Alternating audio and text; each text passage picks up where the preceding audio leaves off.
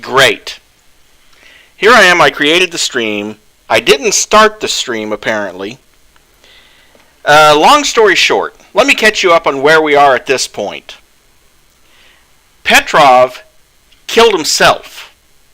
He arranged for one of his robots to cut his head off. So basically, we put his head in a jar, and we're carrying it around with us, by the way. And he had this planned to sick Natasha on us.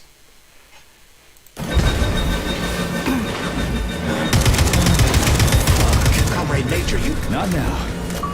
Let's just not talk for a while, okay? Sergei, did you search Petrov's body, my boy? Did you find any gold rings on him? No, sir. Petrov didn't have anything on him. Very well. Report to the Pavlov complex at once. Yes, sir. I'm on my way. Up there, huh? Well, there goes a shit ton of ammo, and I don't get anything from that robot.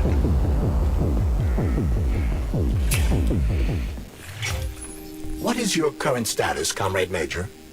I'm detecting a loss of focus and an intense surge of emotion. My status? I'm losing my fucking shit. That's my goddamn status. I failed my mission again. Victor's dead, and I've got his head in a damn jar, and Sechenov thinks that's all fine and fucking dandy, get it? No, Comrade Major. I've done a lot of shit in my day, okay? But I've never lugged a human head around as a trophy. Did you see that gigantic robot in the theater? There was a combat robot in the theater, Charles. But you know what really grinds my gears? No, Comrade Major. The rings. The motherfucking rings that asshole Petrov gave me. You know why it grinds my gears? No, Comrade Major. Me neither. Shit. Whatever. It's okay. I'm fine. I'm fine. We're headed to Pavlov. Got any ideas? Pavlov is a secret complex, located in a remote part of Facility 3826, called Sakhalin. It would be quite difficult to get there on foot given the large number of enemies. I suggest taking a vehicle. And, Comrade Major, this would also be an excellent time to enhance your arsenal as much as possible. Searching for other testing grounds is highly recommended. Enough complaining. Well, there's only one other testing ground, so... Whatever you say. There's only one other testing ground, and... Let's see, storage disassembly.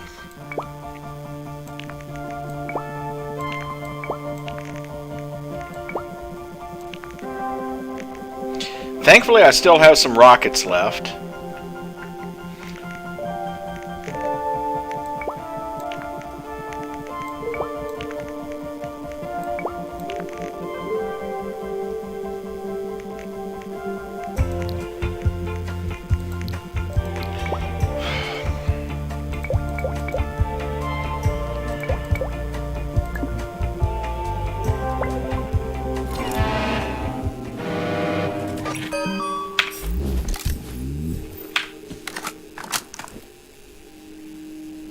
Access granted.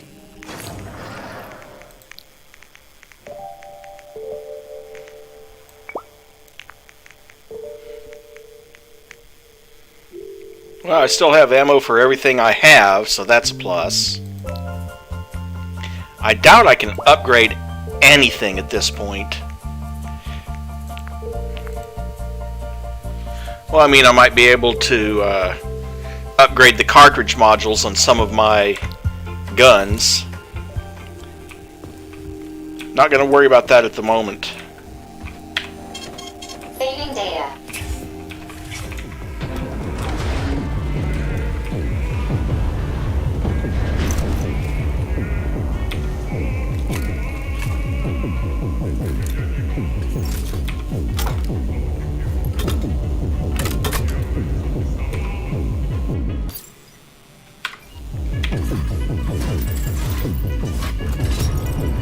Oh, great.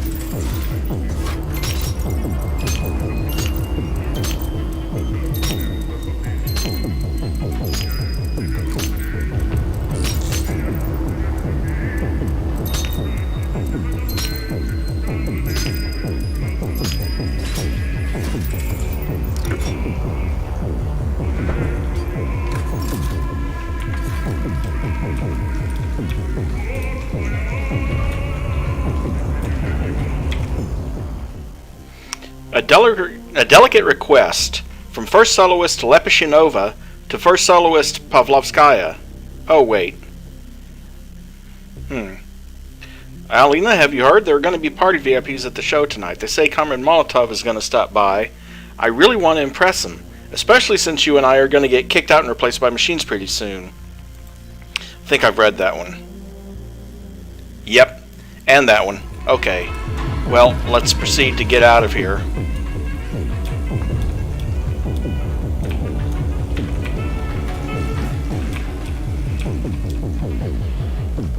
Did you enjoy the show? Thank you.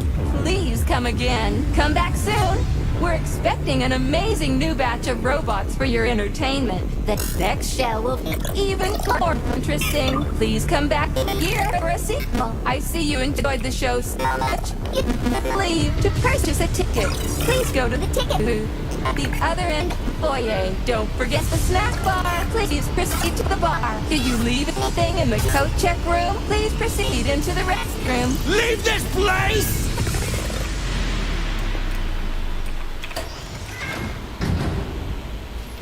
Major P3, I'm waiting for you in the Pavlov complex.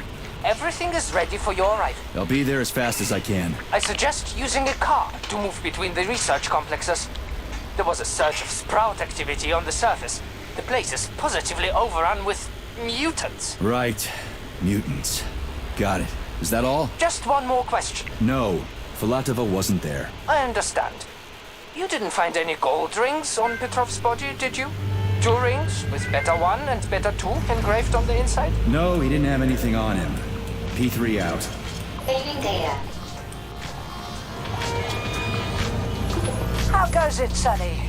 Still in one piece? Hey, Granny Zena. Long time no see. I've definitely had better days, but yeah. I guess I'm still in one piece. Did I hear right? You finally got that bastard Petrov? Well, nothing gets by you, huh?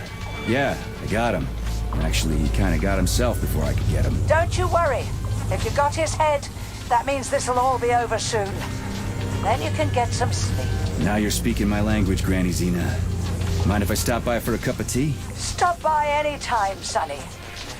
By the way, you didn't happen to find any engraved gold rings while you were off chasing after Petrov? No. I didn't, Granny Zena. Petrov didn't have anything on him. Oh, that's okay. You just watch yourself, Sonny. Stop by if you need anything.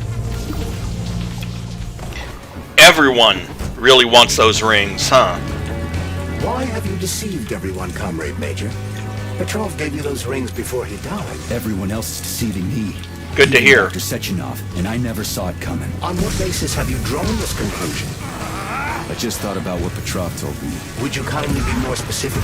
Petrov said combat mode was programmed into the bots during construction. Apparently, killing me was programmed into the car during construction.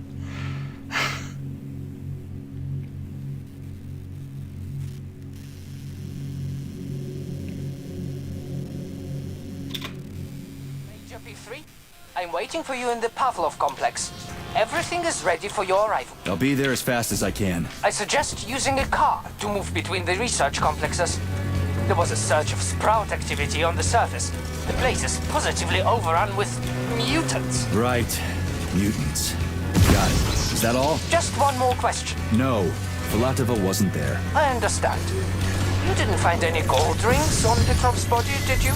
2 rings with Beta 1 and Beta 2 engraved on the inside? No, he didn't have anything on him. P3 out.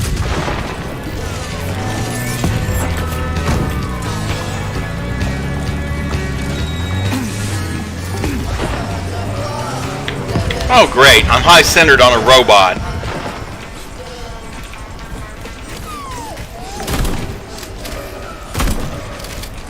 You've attracted too much attention, Major. Things are about to get ugly.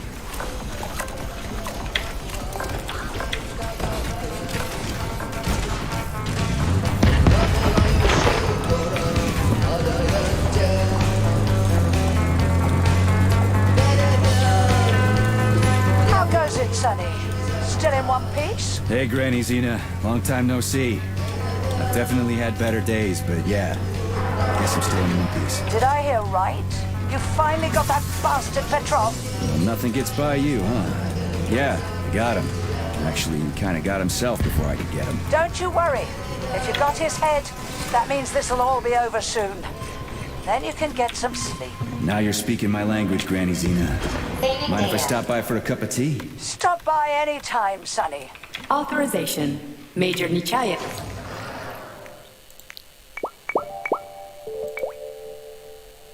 I don't even have enough for one of those.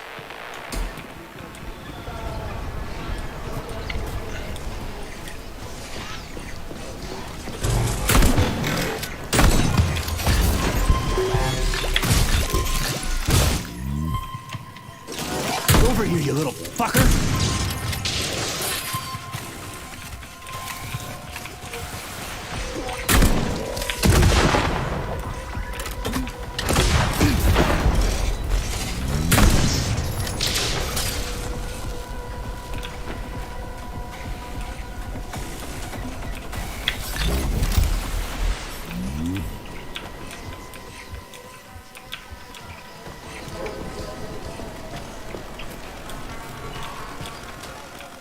Access granted. Now let's see if we have enough. Nope. We're still short on the bio components.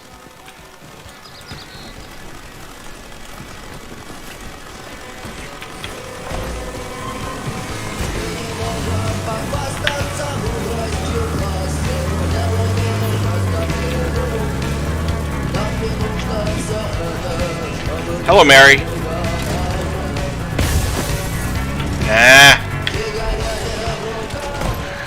I doubt I can get this car between the two halves of the guardrails.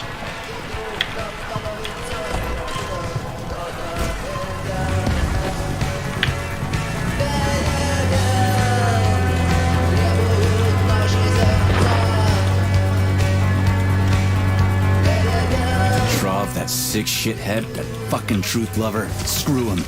So much blood spilt just because he made the sprouts mutate. I highly doubt that Petrov had such a result in mind. He is not a geneticist or a plant breeder, and could not have foreseen all the consequences of the malfunction. Then why the hell did he do it? So many people are dead, and the ones with sprouts for heads had to get killed twice. First by the robots, then by me. Morally speaking, Petrov's action cannot be justified. We are in complete agreement in that regard. Fuck Petrov, he's dead. I feel bad for all those people. I stayed in the service after the war to stop this kind of thing from happening again. And now... You have my sincerest condolences for all that has transpired, Comrade Major.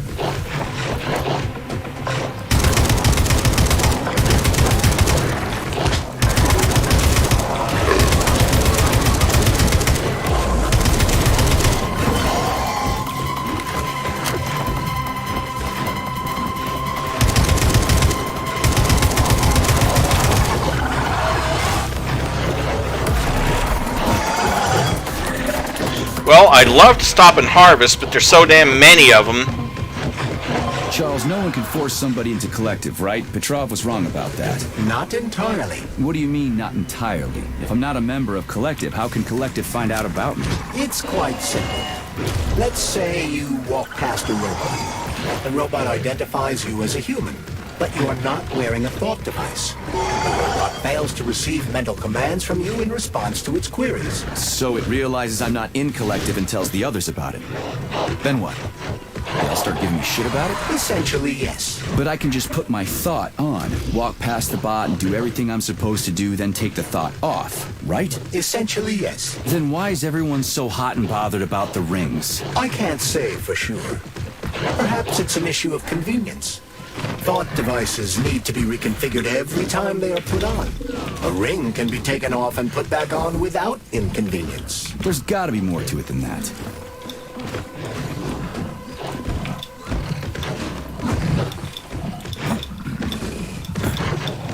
Oh, come on. Don't tell me I can't get off of that.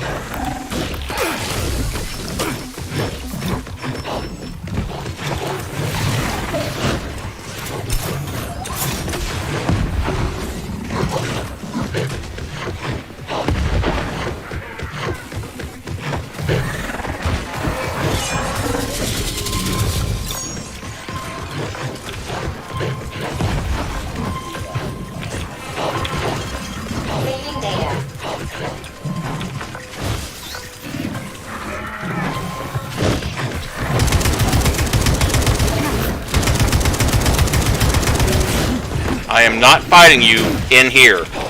I'm not fighting you out Charles, there. The U.S. is constantly introducing sanctions against our civilian robots. Why do they do that? Do they suspect something?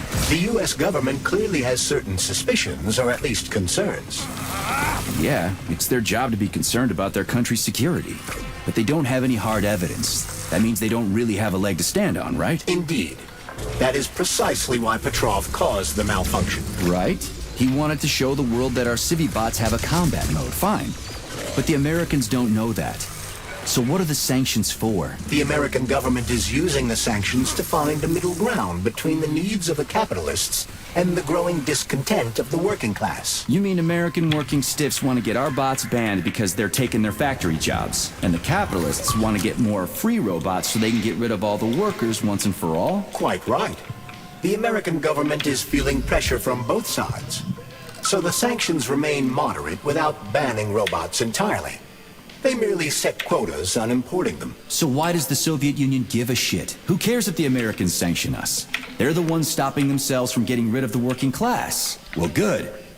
We're all about the workers. The more restrictions they place on the import and use of robots, the fewer of our robots will be located in key parts of the American government when Kollektiv launches. So the Soviet government wants there to be as many of our civilian robots in the US as possible when they activate combat mode. That'll make it that much easier to take over the country. I gotta admit, it makes sense.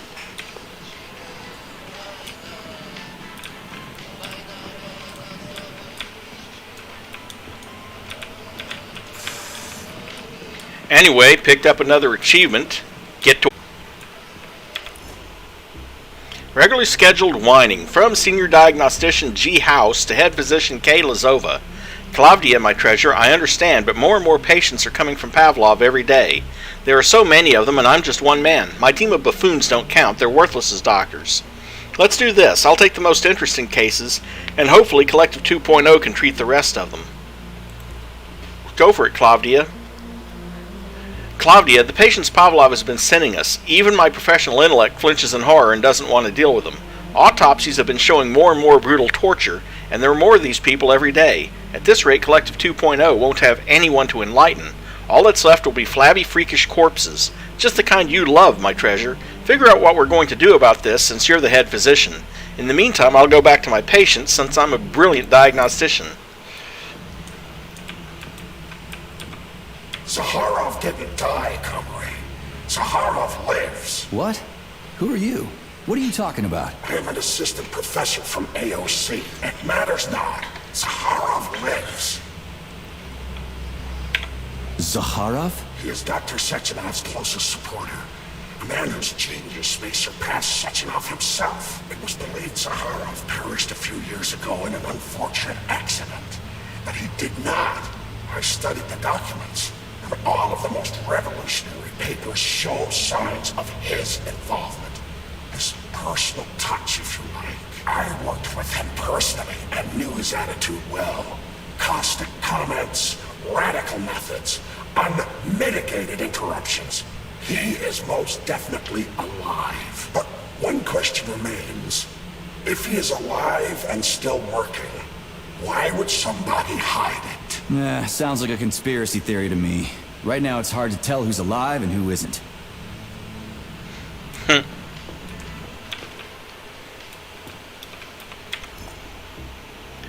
Nayelova's faithful husband, from G. House to head physician Lazova. A card has been issued for Nayelov. We couldn't get rid of him, so we put him in a free room. Management says he can see Nayelova without a hazmat suit if he really wants to.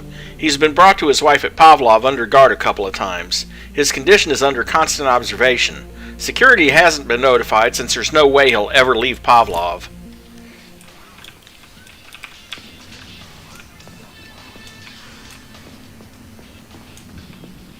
Autolysis starts approximately 7 to 10 minutes after death, followed by defecation in 3 to 5 minutes. Rigor mortis sets in 5 to 6 hours.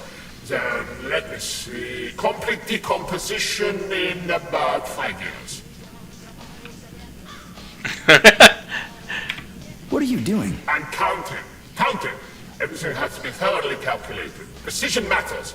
Observation in detail is the key to success. I am a scientist. I must spend every moment examining and cataloging nature's phenomena. Comrade, do you know many people capable of documenting the decomposition of their own body?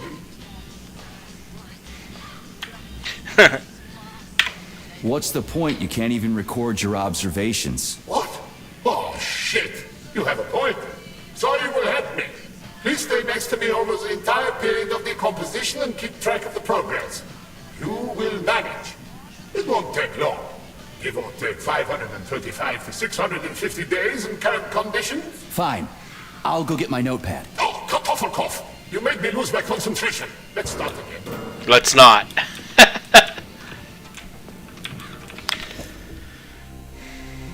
Curious case. From Diagnostician Furman to Diagnostician House. Comrade House, a patient came here from Vavilov today. The guys and I were betting on whether or not the diagnostic folks would pick her. All the information about her is top secret. You're gonna love it. Nayelova, 24. Nervous system extensively afflicted by unnatural toxins. Progressive degeneration of muscle tissue, difficulty breathing, coma. Not interested. From House to Furman. Furman, if you lose a bottle of booze on this one, I obviously won't be able to deny myself the pleasure of taking someone else on. Anyway, Nayelova's a goner, and it's actually because of you, but don't be too hard on yourself. You knew what you were signing up for. From Diagnostician House to Fake Diagnostician Furman. Are you stupid or something, Furman? A person is dying. Give me the intake evaluation right away. Don't write me excited little notes about how you want to win a bet. You're a doctor, not a bookie.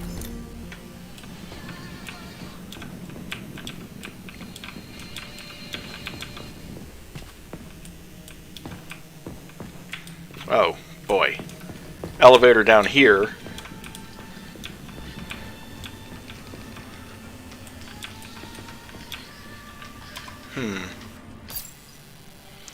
Oh, testing ground 12 is not far from here. You know what? Maybe I had better go take that one on.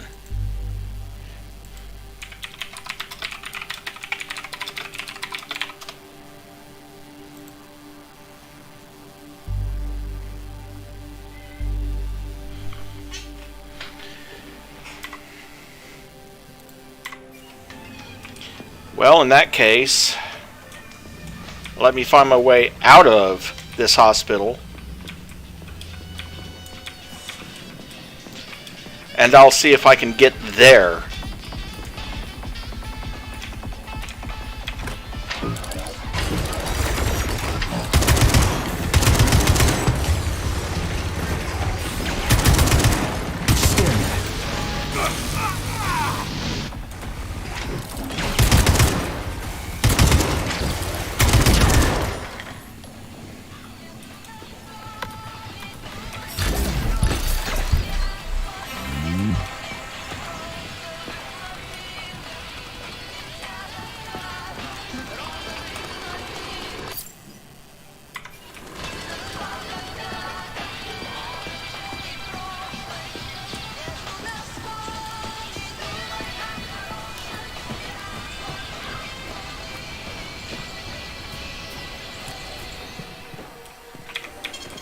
Saving data.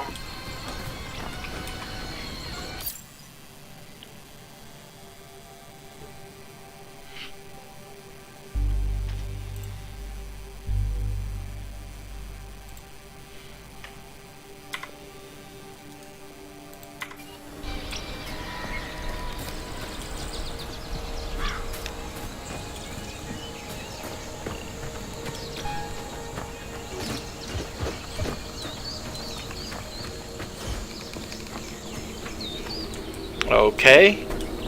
Well.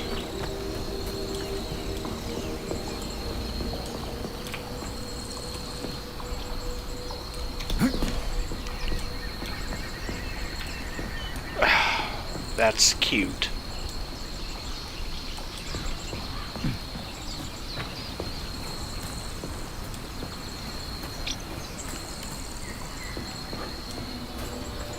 So... Somehow I either have to get that to come down and zip line,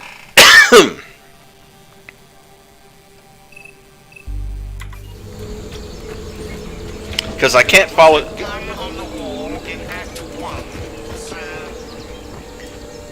because the road is blocked it's locked on the other side.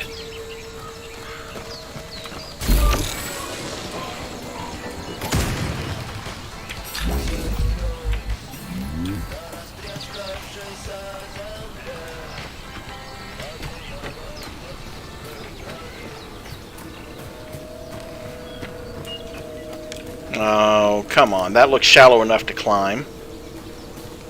But I can't.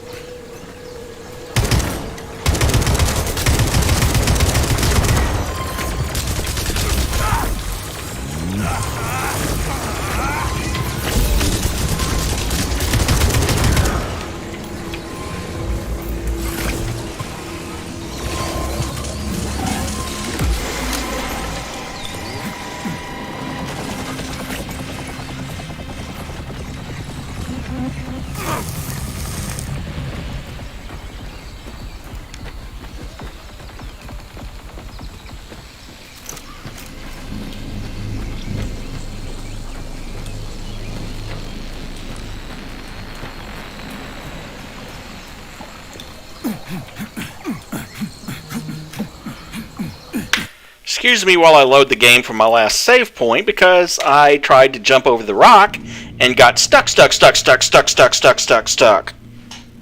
They need to fix that.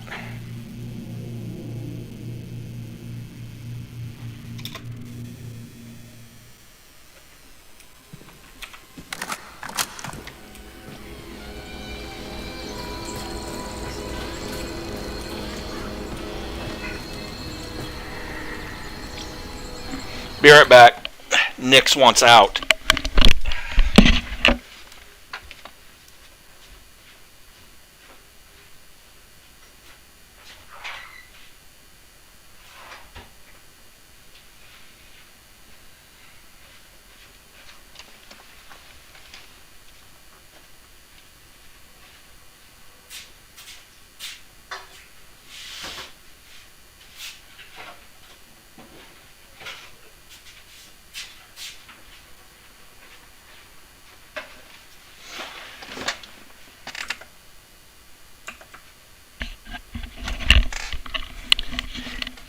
And it does tell the things in this game make noises that sound a heck of a lot like some of her meows. Gets a little confusing.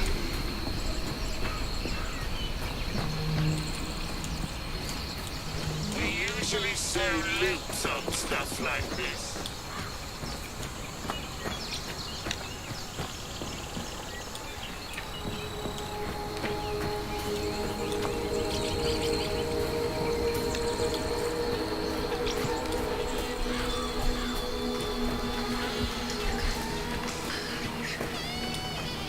Aha.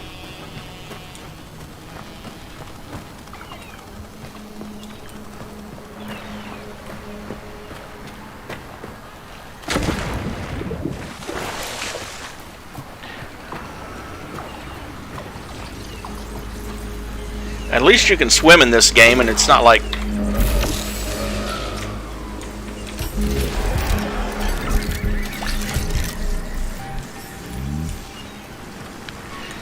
And it's not like some games where you have instant drowning skills.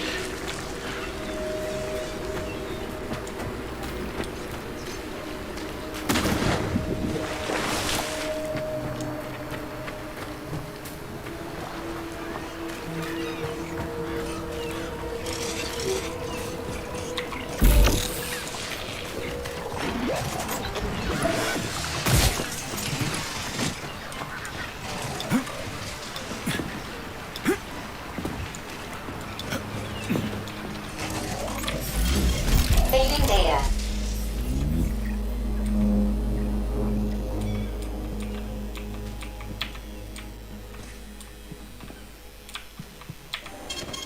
Saving data.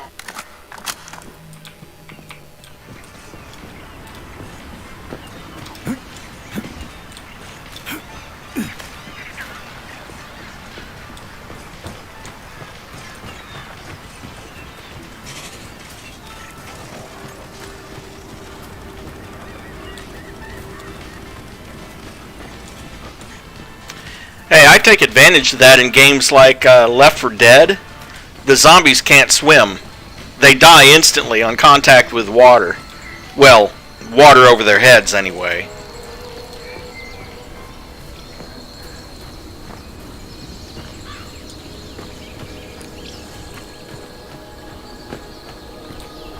So seriously, that leads down to the beach. That's closed off from the other side. Why do I have the feeling that my only way past that is to actually go on ahead and go through the hospital anyway? And that'll be like one of the last testing grounds I go to. I also wonder if all these upgrades I've been getting carry over to a New Game Plus. But I guess I'll find that out later.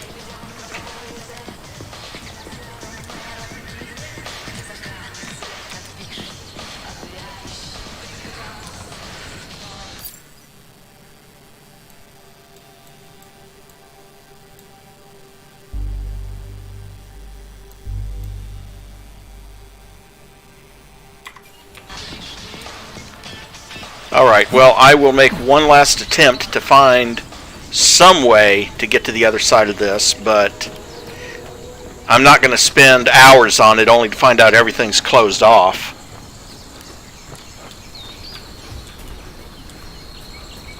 I think the only thing I can do is go down to the beach at this point.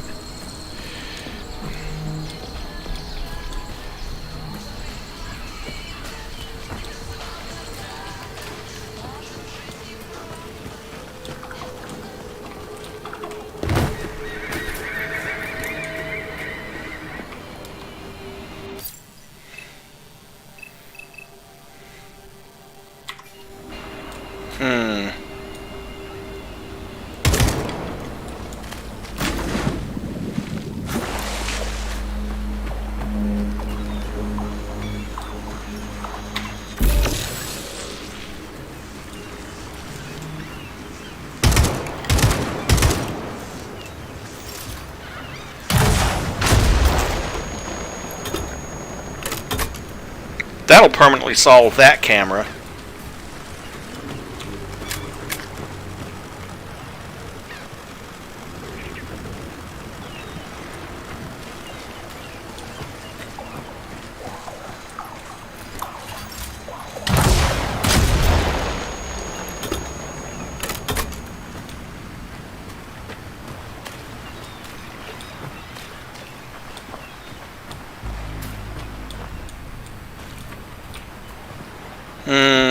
Yeah, I'm getting the feeling that there's no way to testing ground 12 without first passing through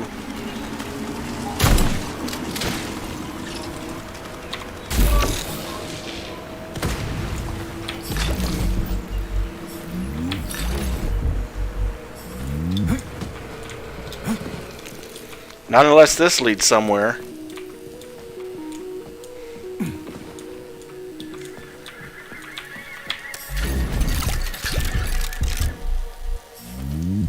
And I may have accidentally found the entrance.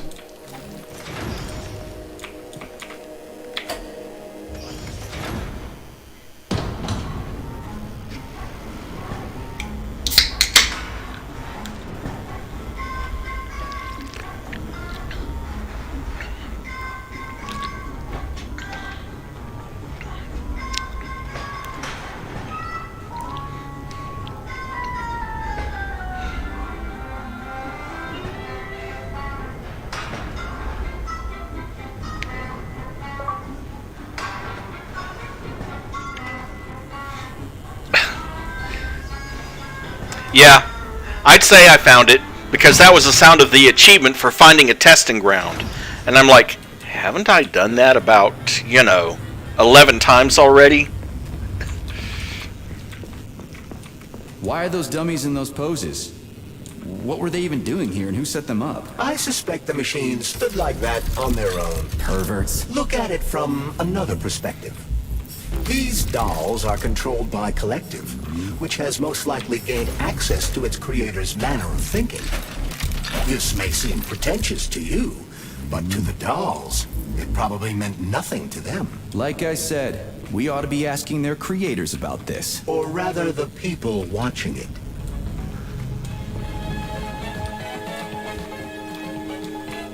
Access granted.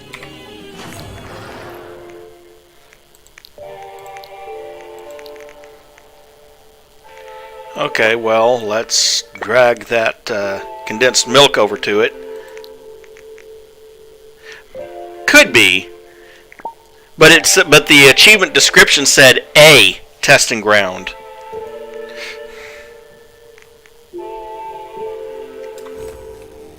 Authorization.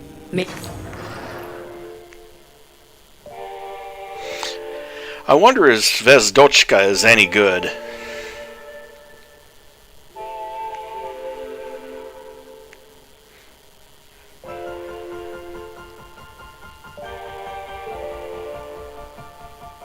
In hindsight, I maybe should have built the railgun when I had the opportunity.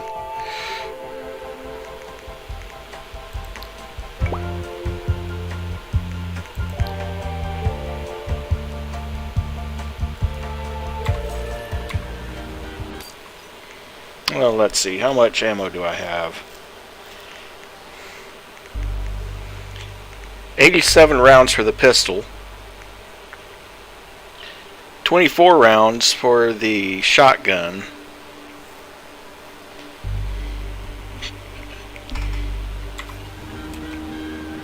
Please select the desired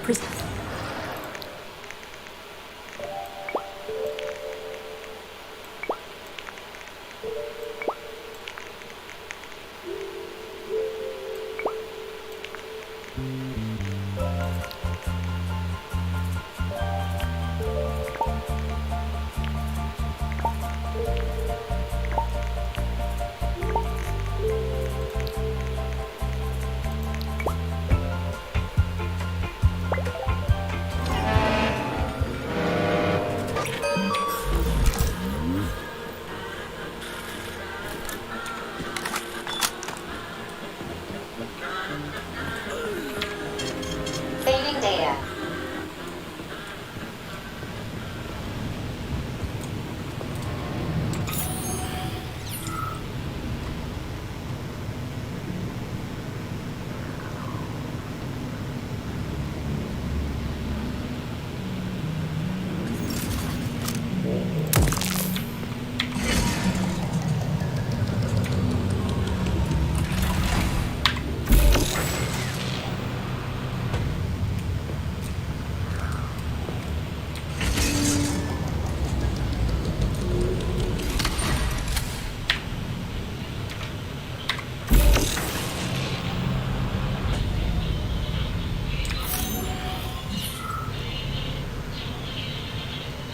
Up. Hold on.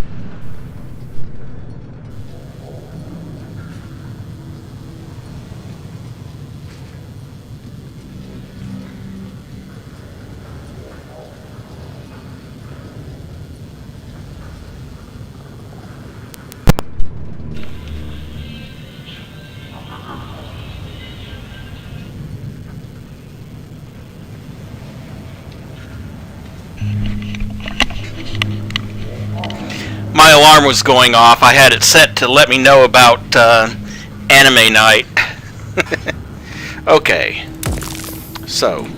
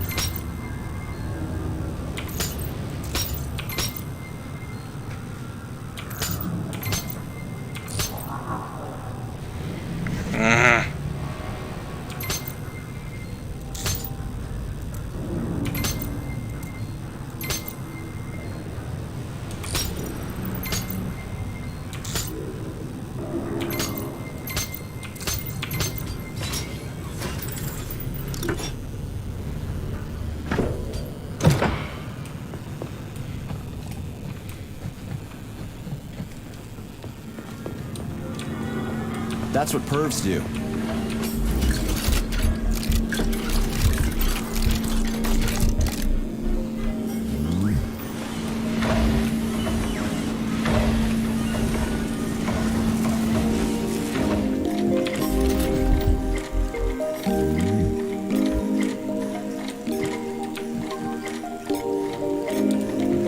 The thermal scope for the KS-23.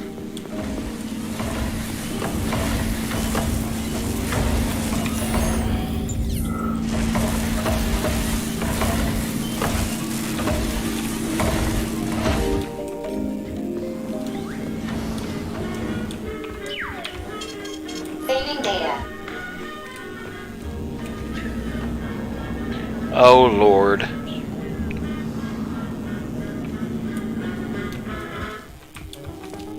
Please select the desired procedure.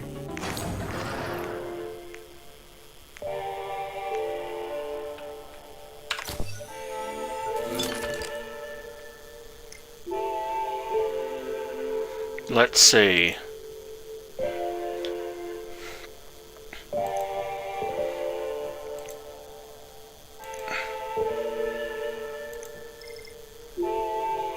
Okay, I've got the two correct ones equipped.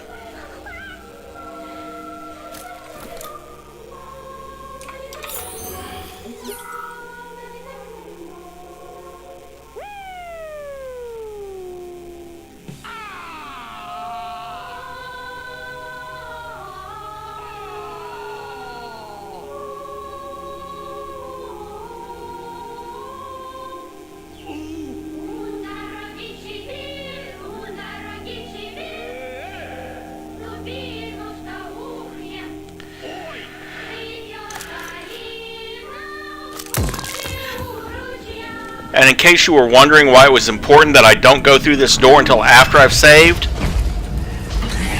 yeah, her again.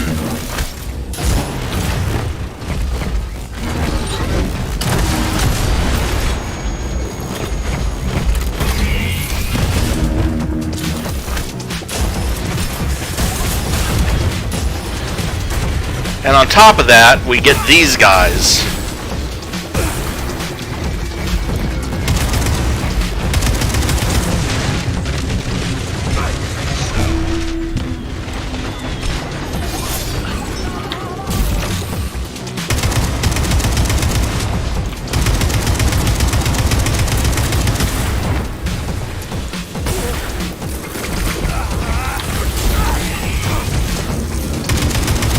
And they respawn. That's the annoying thing about them.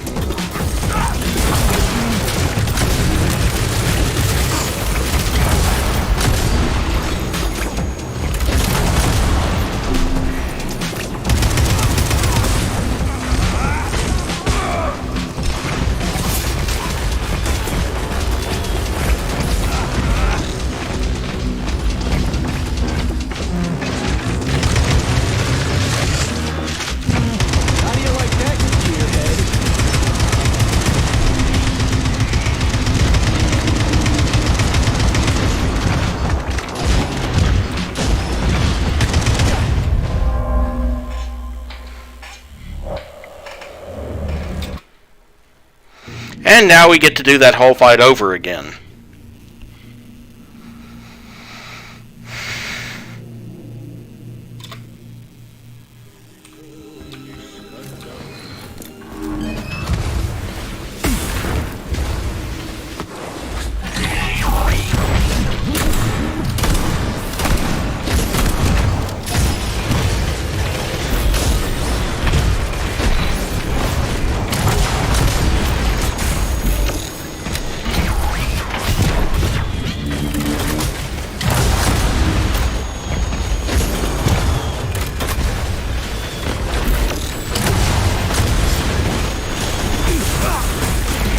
Well, if I can manage to not get stuck behind a damn box.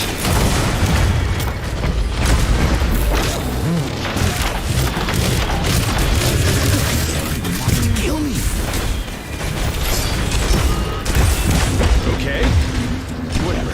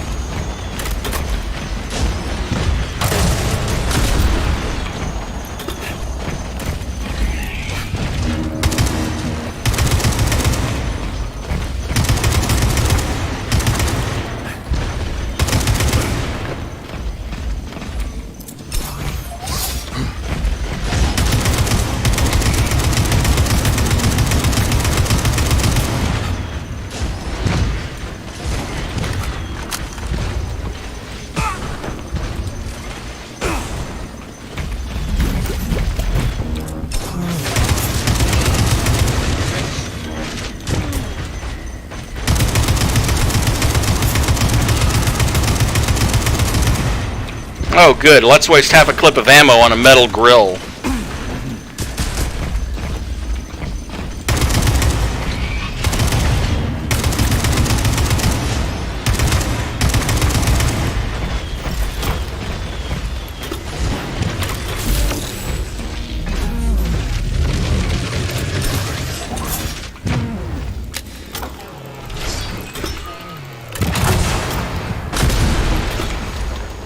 I have no more healing, and I'm at half damage.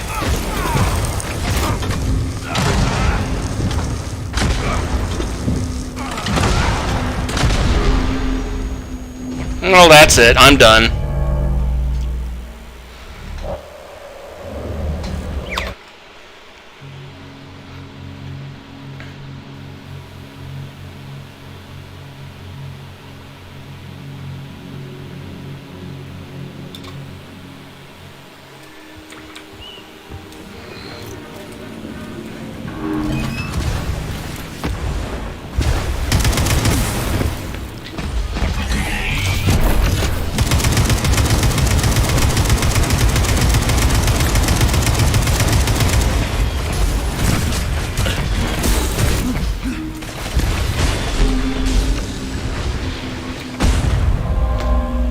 I didn't even have time to heal.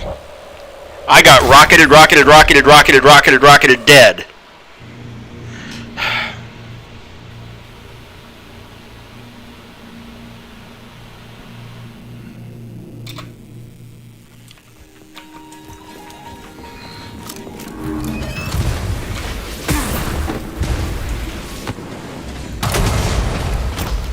Missed.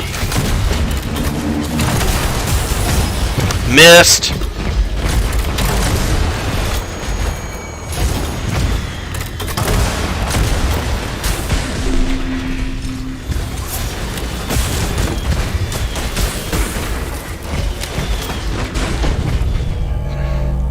Rocket, dead.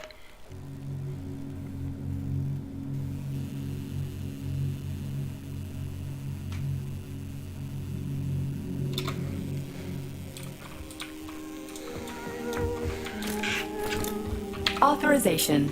Major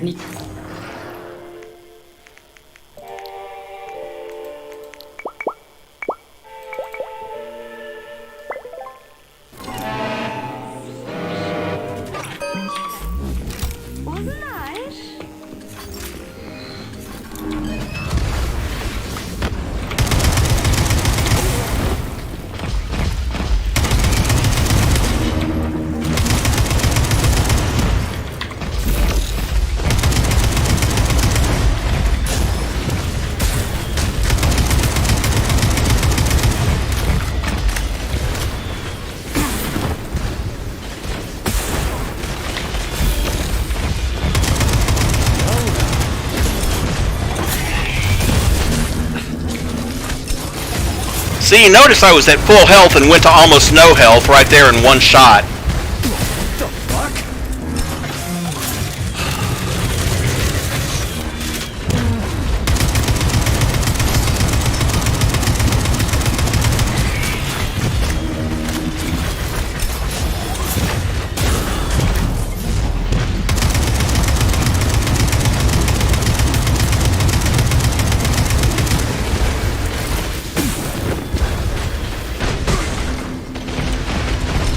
Heal.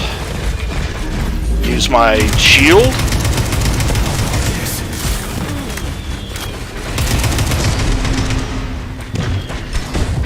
Dead.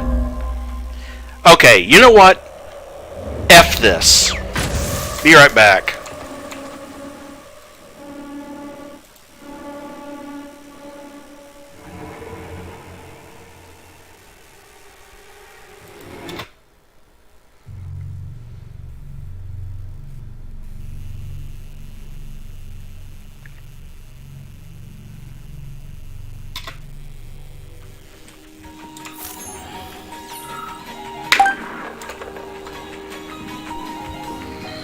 Go ahead, shoot me to your heart's content, asshole.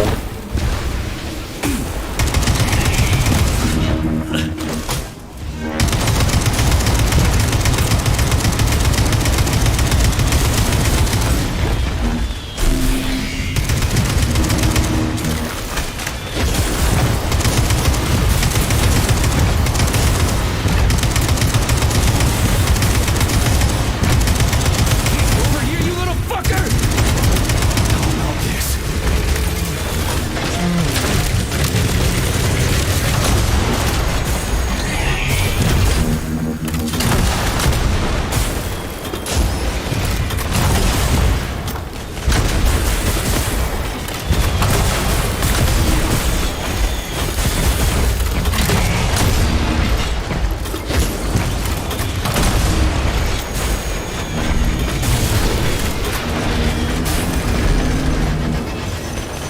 Oh great, these little things.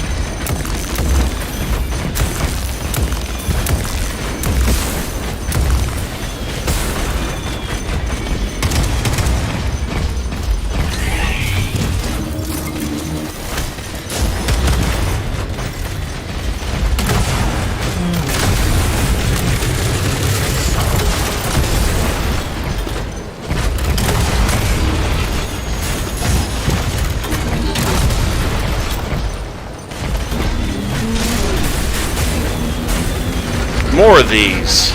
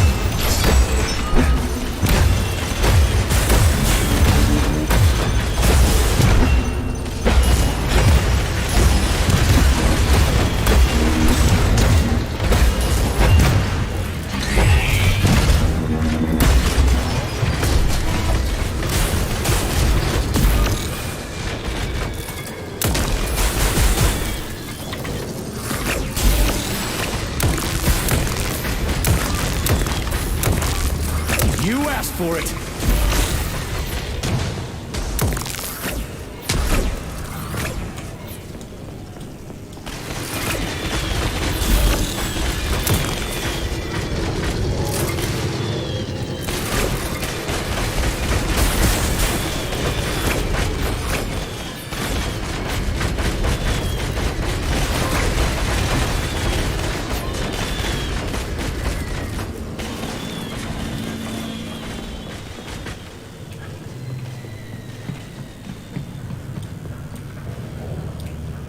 Oh wait, that's the route I came in through.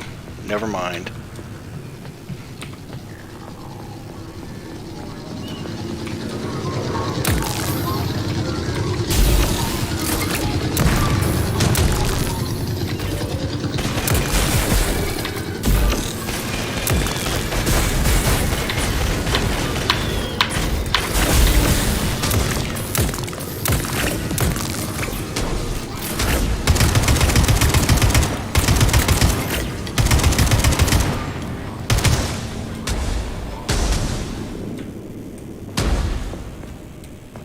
There.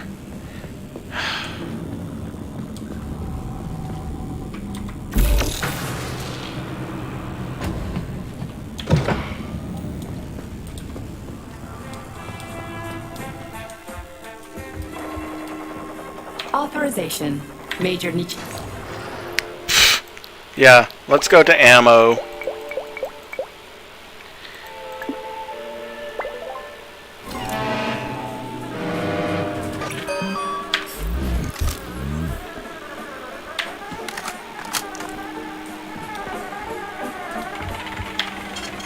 Saving data.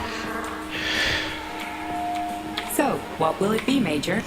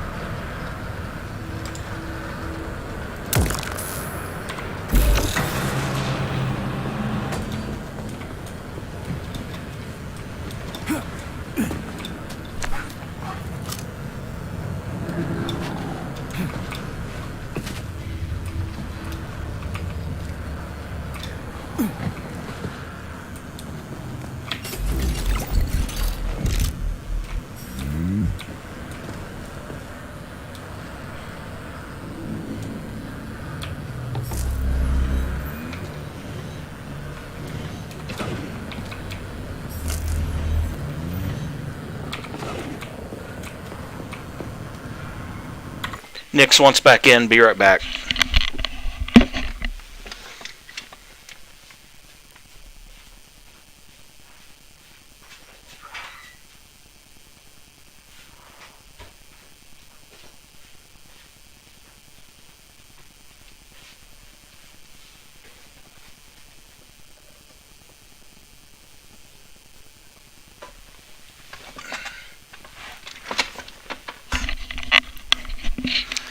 Okay, back again.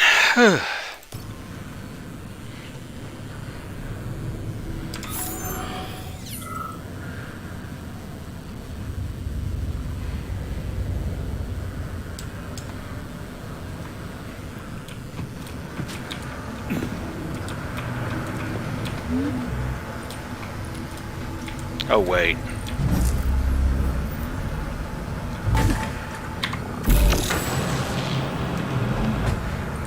Now we get to do some more of this.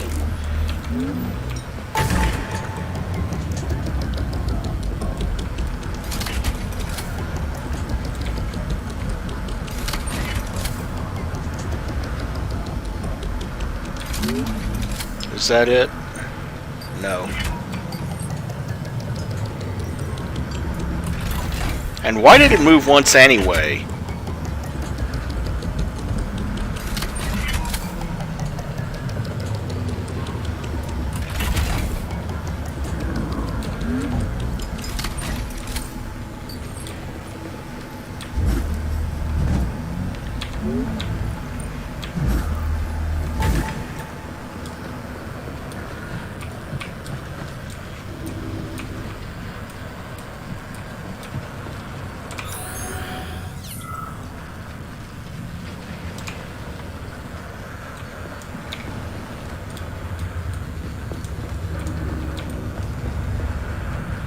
Now, how are we supposed to... Oh. Come on.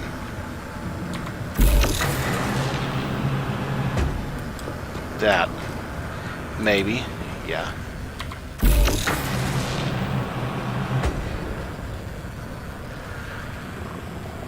What?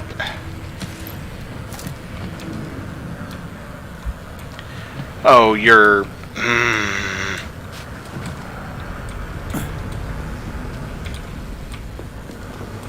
Fine.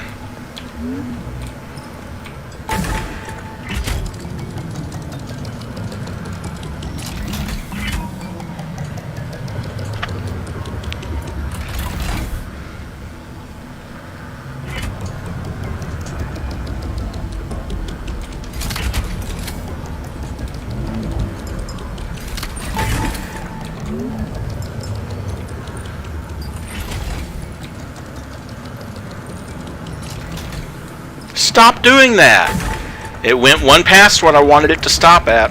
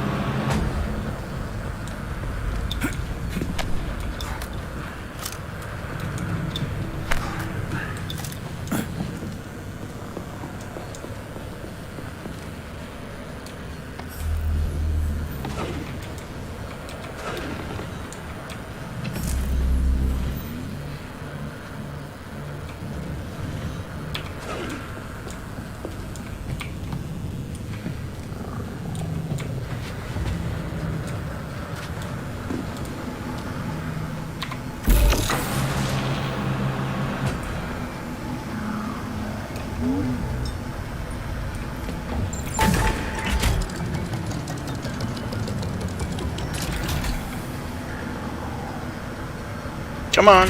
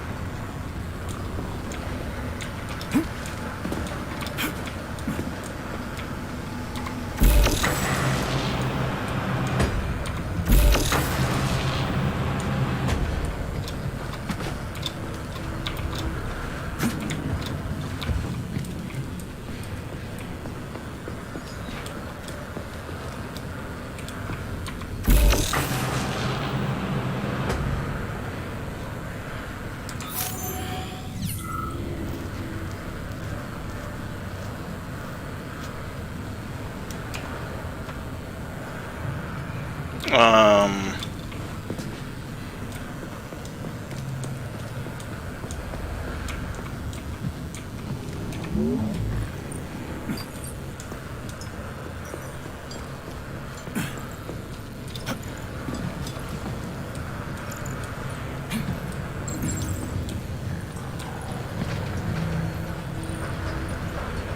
Now, there is supposed to be a candle spot around here somewhere, but you can't get through that.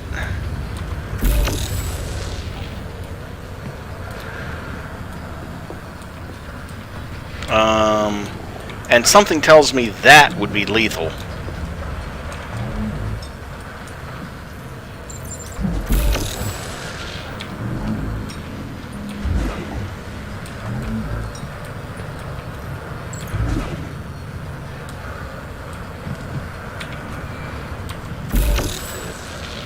And that doesn't work because I don't have the candle in that spot on the other side. Well, I thought that would be lethal. Wasn't, but still. And there's no way back up.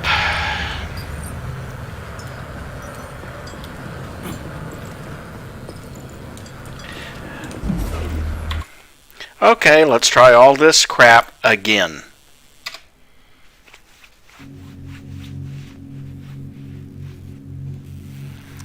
Glad I saved after that bullshit battle.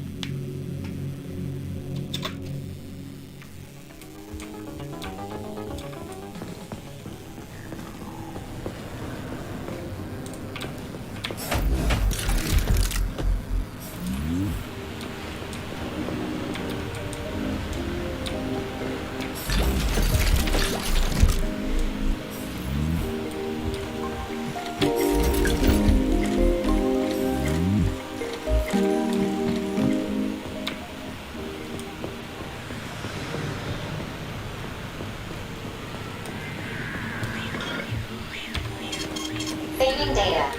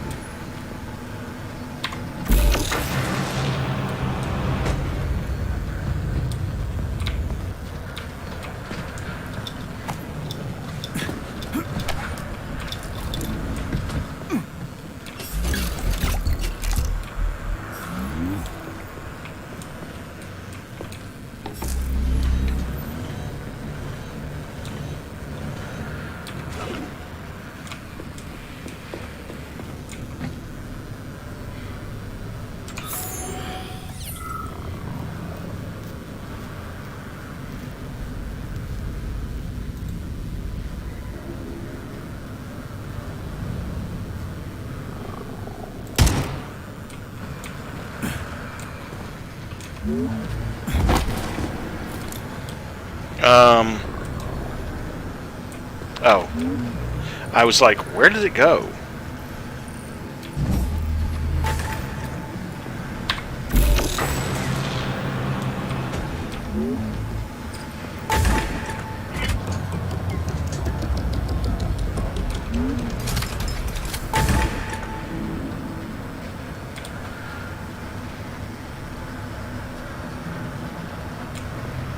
Move, damn it.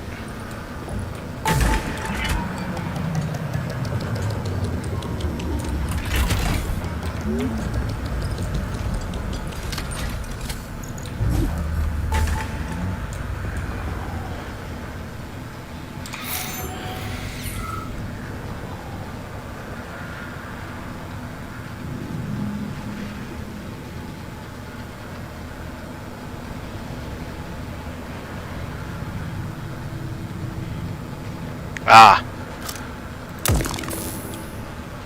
let's see.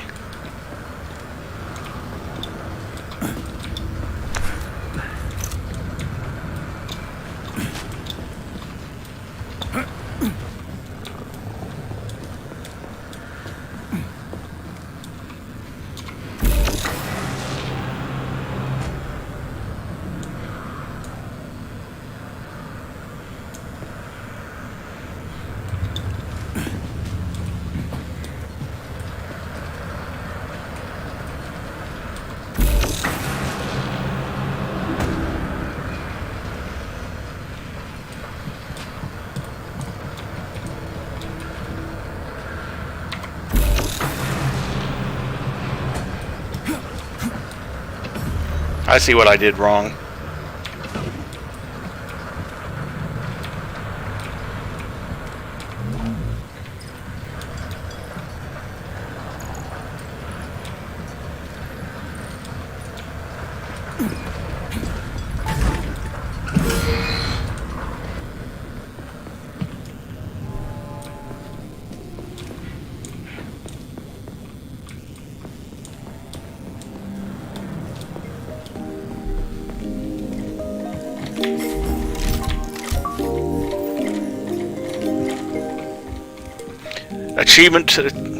Achievement more than profit for finding all the loot Yagans.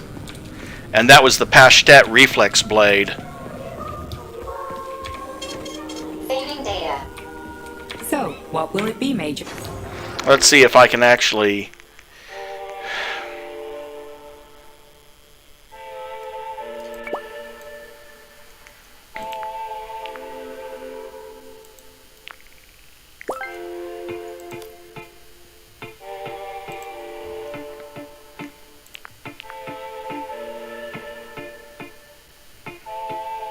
Okay, that can't be upgraded, but the projectiles can be.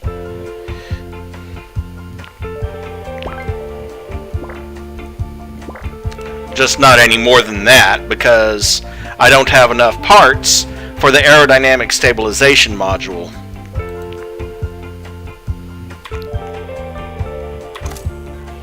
Also, I don't have, let's see, ammo.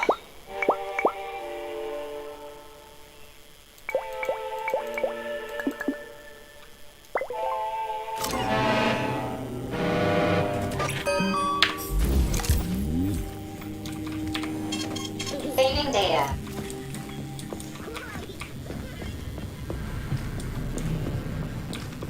Oh, hey.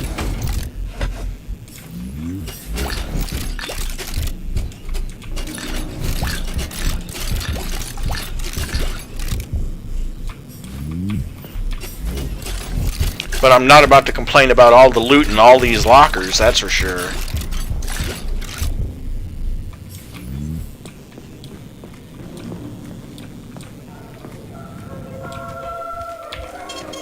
Saving data.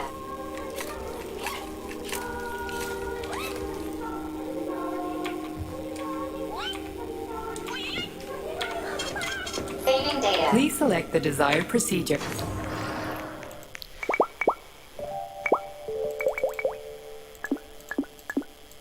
Don't even have enough for one. Do I have enough for any more upgrades? Nope. Oh well.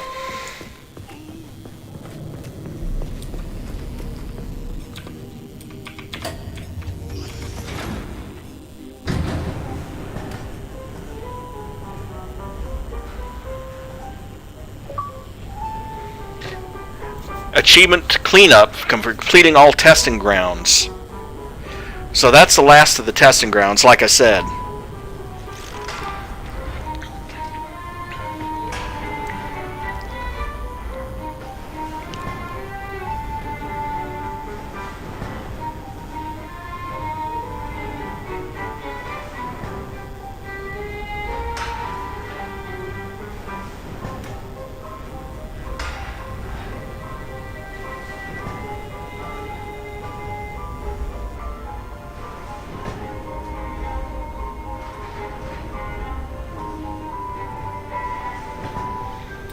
Ah, another one of those super long elevator rides.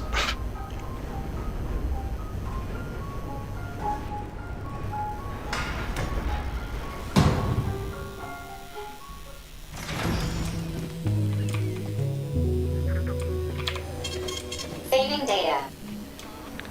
Now, back to the hospital. Come on.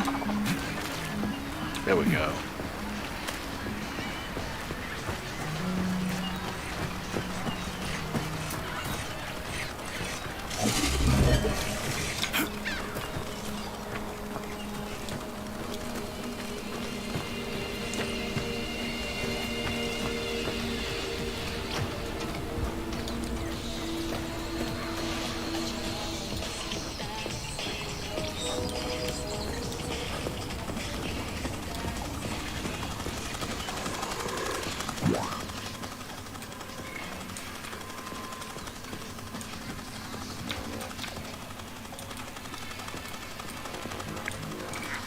Okay, everything I need is... except maybe for that.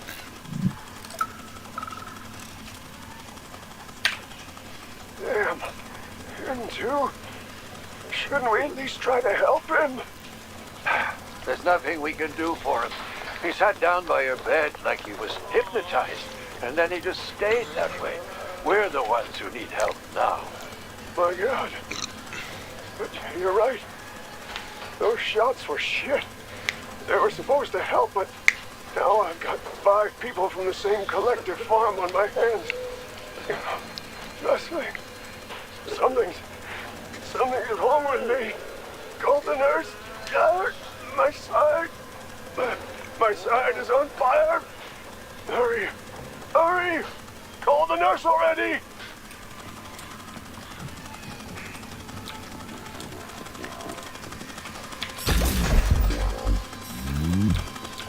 Well, if your side really is on fire, are you sure you need the nurse? Or maybe a fire extinguisher? It depends on what kind of on fire you're talking about.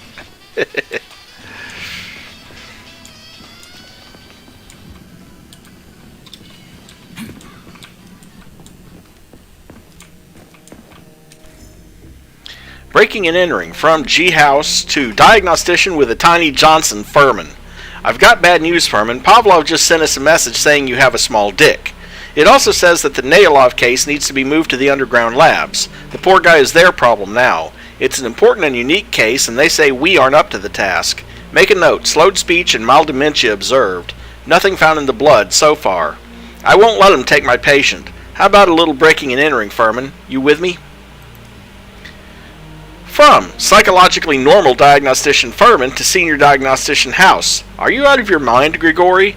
Pavlov is a very secure facility. Everything that goes there comes back in a black bag, or it comes back here and dies on the operating table. They already took Nailova, and they're about to take Nailov. We couldn't stop them even if we had the slightest hope of treating the poor bastards. Breaking into a heavily armed complex to save 2 lives? I'm in.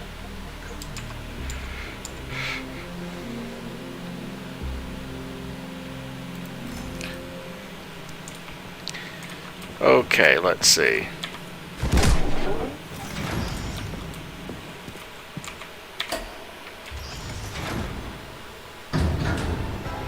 Corned beef Charles, brisket, what is huh? this place? I mean, what is this complex even for? The Pavlov complex is the origin of all of Facility 3826's biological innovations.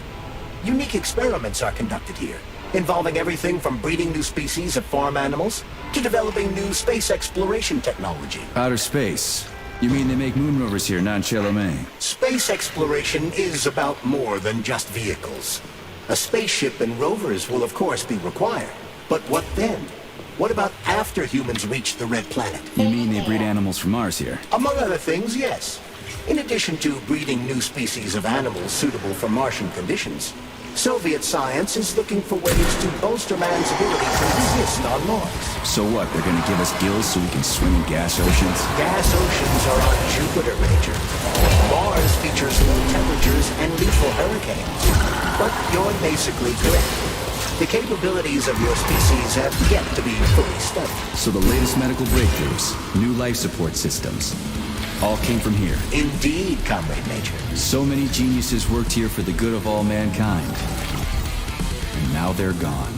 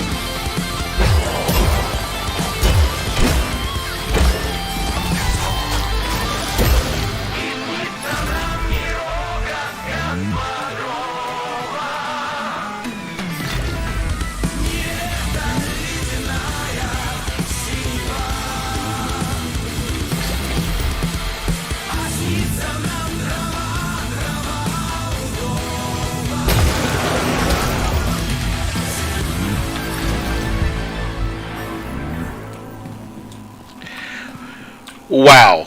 That music is unmistakable. That has got to be, despite the Russian lyrics, that has got to be the work of Mick Gordon.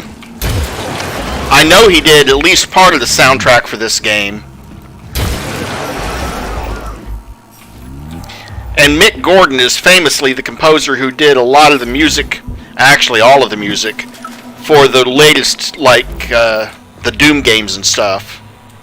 You're incredible, Professor. Your calculations and solutions are so elegant and logical. Your work on mimetic polymer adaptation is an amazing contribution to science.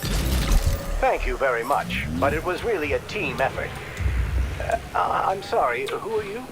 Ivan Bikov, junior lab assistant at Pavlov Complex. I work in the archives, but my dream is to work under you. I'm a huge fan of your work. Well, your passion is commendable, although it is frankly a little concerning. The polymers are a quickly evolving scientific field with amazing potential, but I'm afraid passion alone won't be enough to advance it. Let's talk again in a month or so and see what we can do. For now, please excuse me. Science calls. Data deleted. From data deleted to data deleted. Data deleted. Gosh, I think the data's been deleted. What do you think? Security protocol. In the event of an emergency or potential information leak, all stored data must be deleted. A month? But I don't have a month. You'll hear about me, Professor. You can bet on it.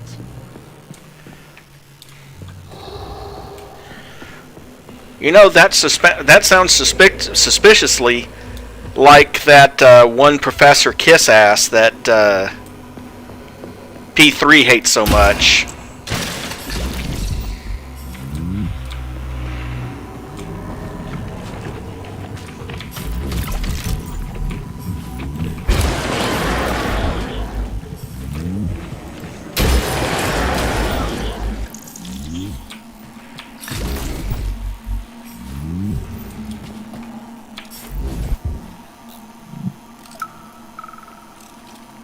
Another chirper. Here, honey.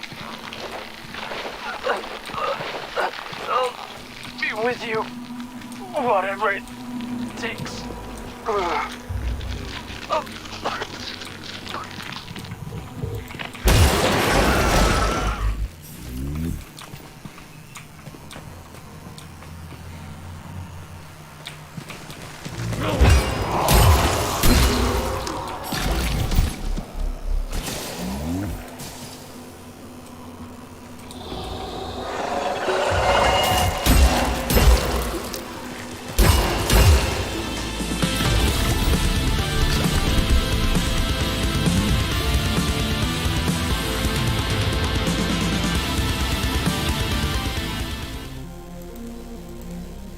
Yep, more deleted data.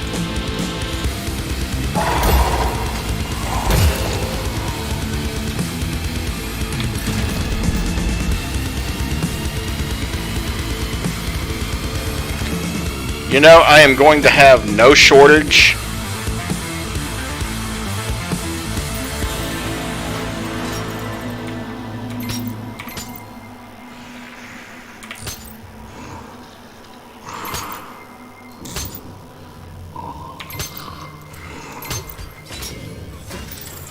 I'm going to have no shortage of biological components for making ammo.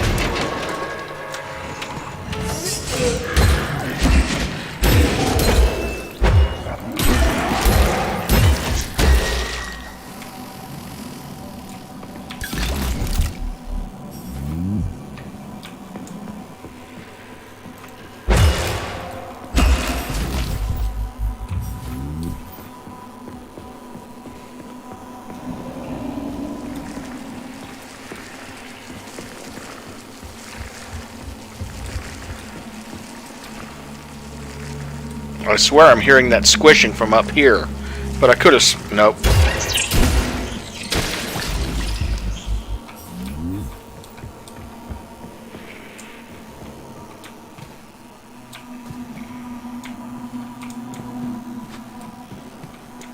It's not one of those that's spawning.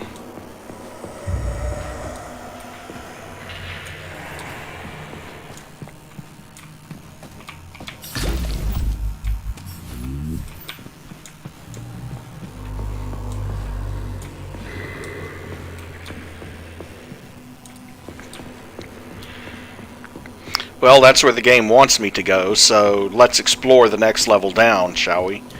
If it'll let me.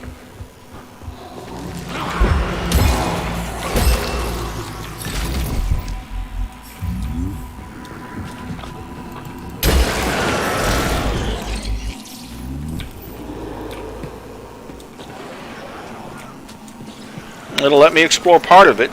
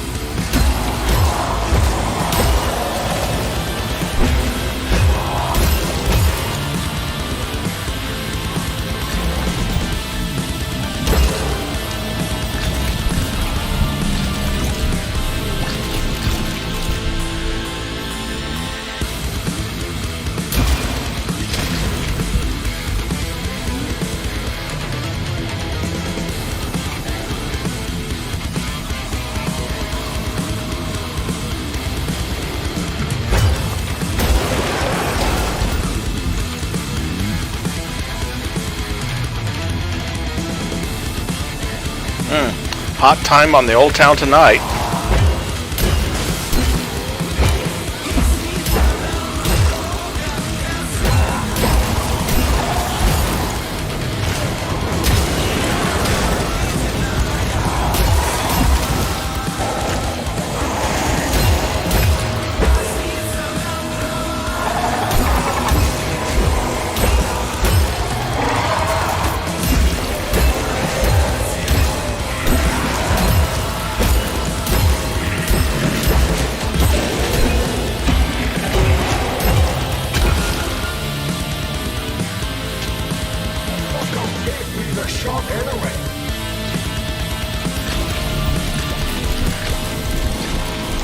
And what did Binks respond with?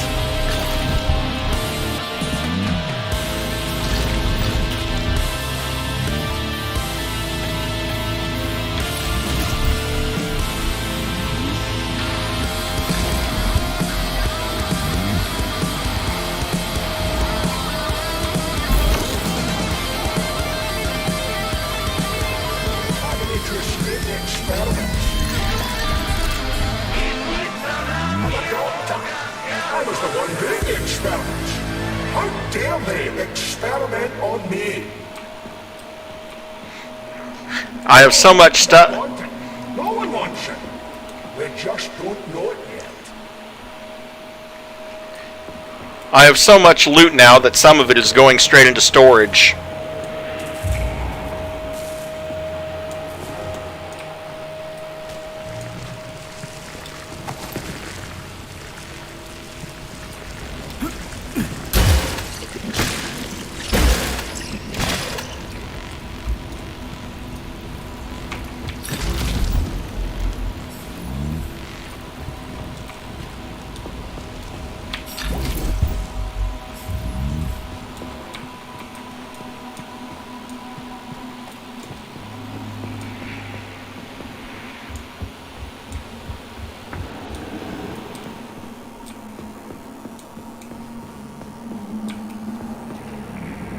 Don't know what the code for that door is yet.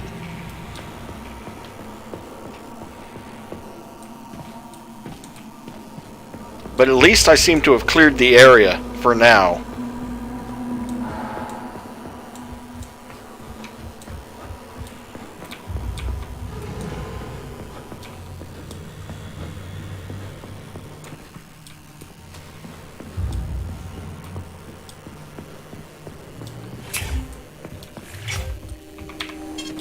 Saving data. So, what will it be, Major? Weapons? Okay, I have 242 neuropolymer after all of that.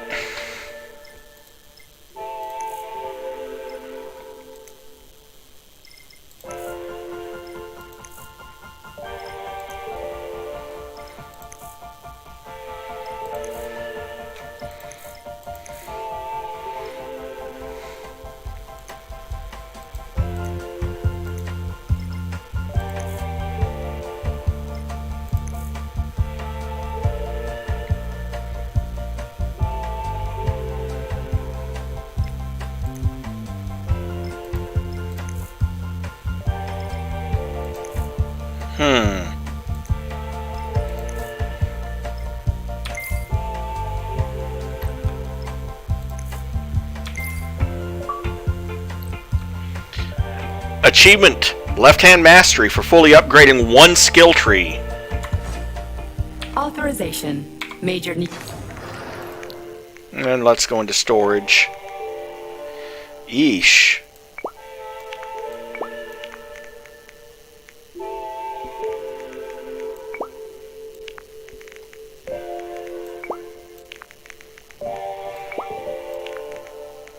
Like the NASCAT races all over again, but with only one cat, huh?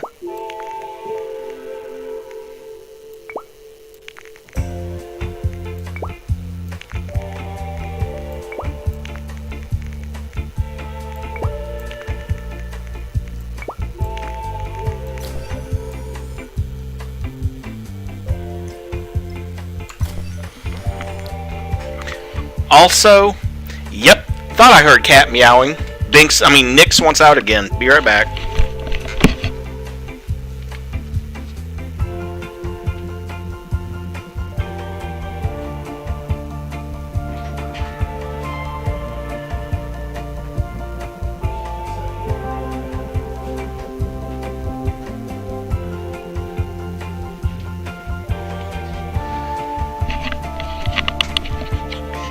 Okay. Storage and disassembly.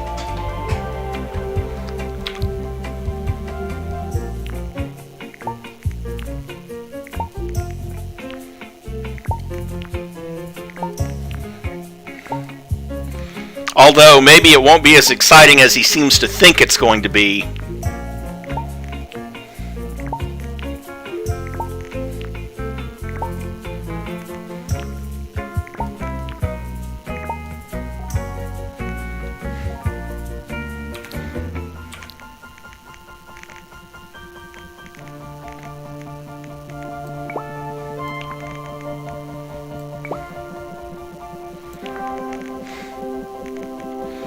Well, it would be kind of hard for him to complain when he's high, wouldn't it?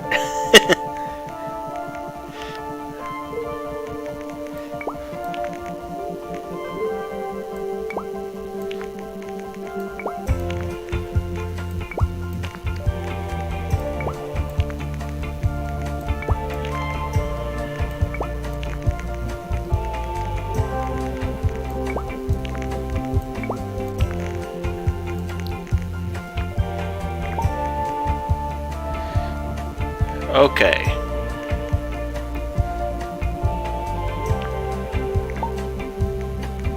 Pistol rounds, the one thing I don't need more of right now.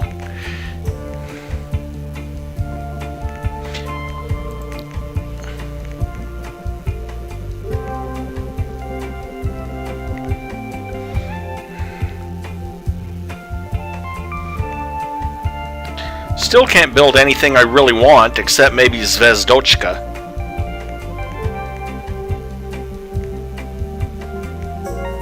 Because I just don't have nearly enough synthetic material. But on the plus side, if I need more ammo, I have plenty of resources for that.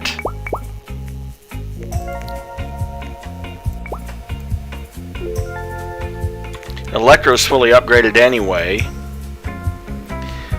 The MP is fully upgraded except for the cartridge gun. Kalash, same. Swede, well, there's the crushing blow. The KS-23.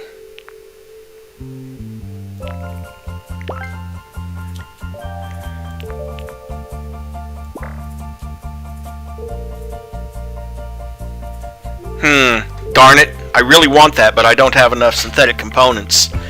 Extend the magazine on the shotgun even farther.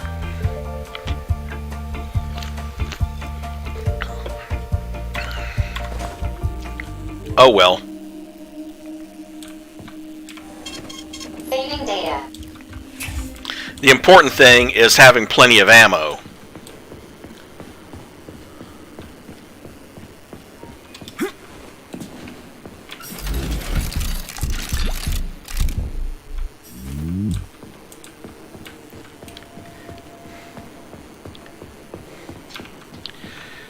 Hold on. Phone just notified me of incoming messages.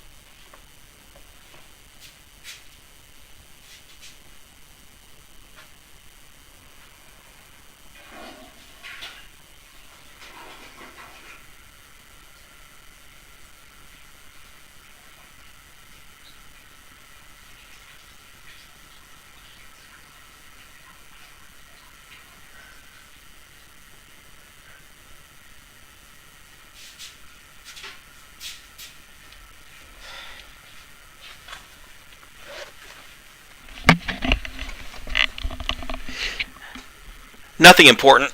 Just a scammer. I'm like, okay, first of all, Netflix is not going to email me from an AOL.com account. Second off, I don't have a Netflix account, so my Netflix account cannot be on hold. Because I don't have one.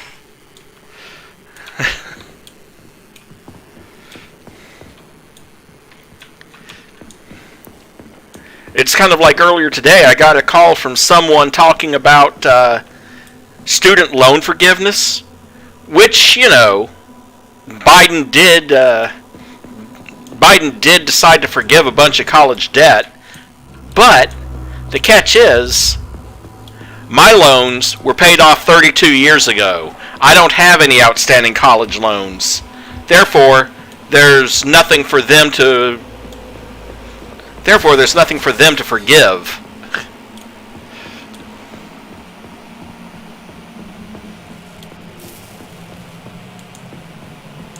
Oh, great.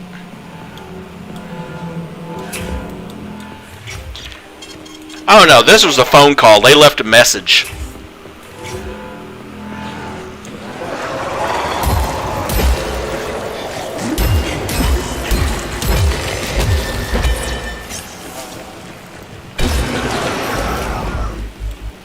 Well, they keep trying, but so far they haven't been able to.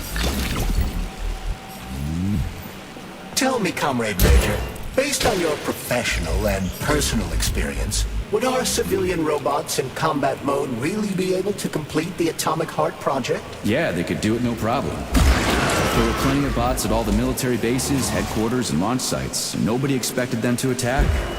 They could take the American military by surprise. Just like they did to the soldiers here. What a shame.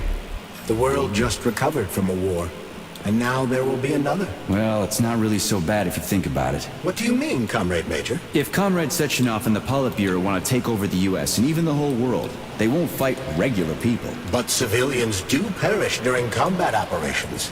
You know all about that. If the robots are programmed not to kill civilians, they won't attack civilians. You're a robot, Charles. You should know all about that. I'm a robot? In a sense, I suppose you're right. A robotic glove. What? Neuropolymer gloves when you take orders from Kollektiv? It depends on the glove. Some will, and some will only be able to obey their carriers. I digress. Civilian robots will receive the order to activate combat mode from Kollektiv, and whoever sets Kollektiv's policies will easily be able to order them to kill anyone at all, including civilians. Why would they kill civvies? They're regular workers, farmers, scientists. Shit. So that's what they want the rings for. And what's that? You can take your thought device off and disconnect from Kollektiv, but a bot can't, can it? That means your own robot housekeeper will drag your ass back into Kollektiv at the drop of a hat. They want the rings to put on their own robots, so they'll only listen to them. Correct.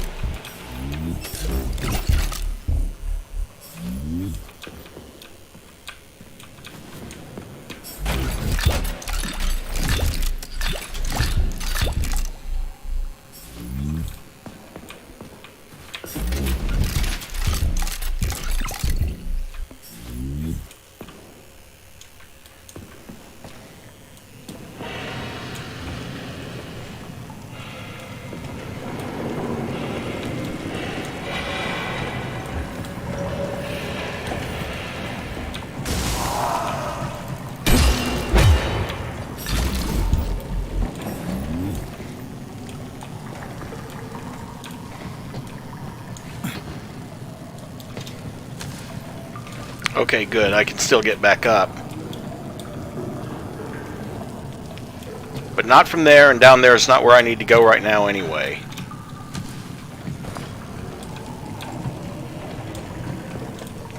Well, maybe it is. I need to get over there to that side.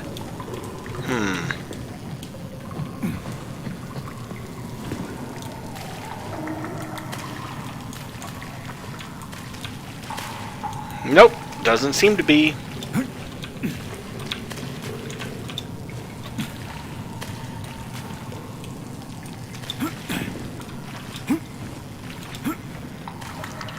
Really?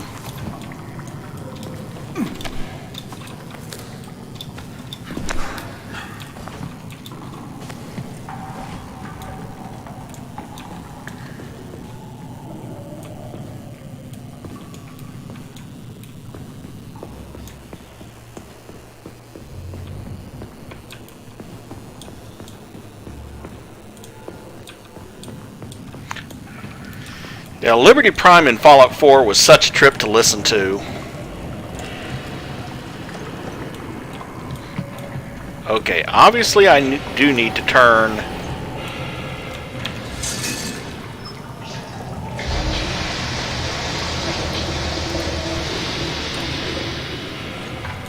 Do need to turn that, but apparently not to any particular thing. Which is good, because I don't want to fiddle with 4 different possible settings. Aha!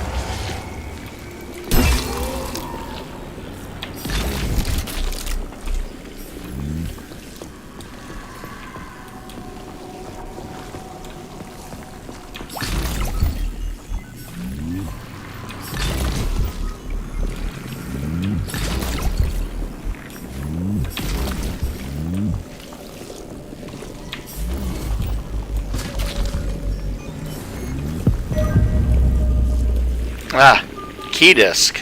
Cool.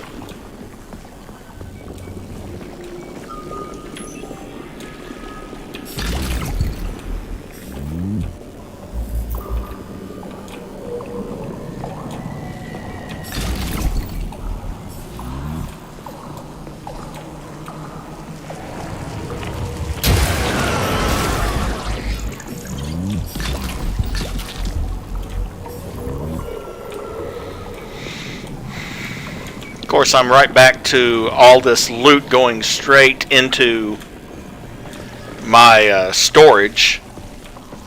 Not like that's bad.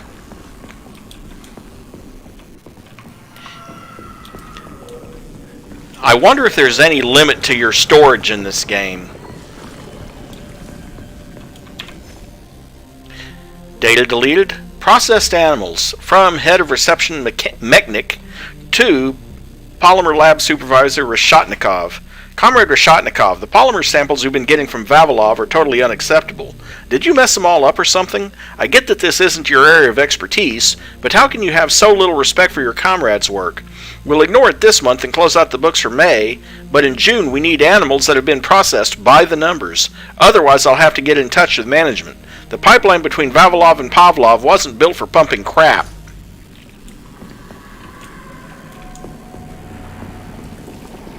Make sure there's... Here's hoping I don't have to fight you.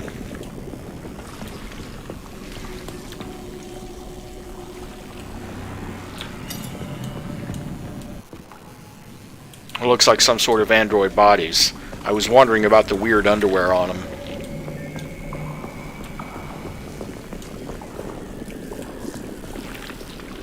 And the biological squishing noises are coming from those tanks with the With the whatever the hell they're called.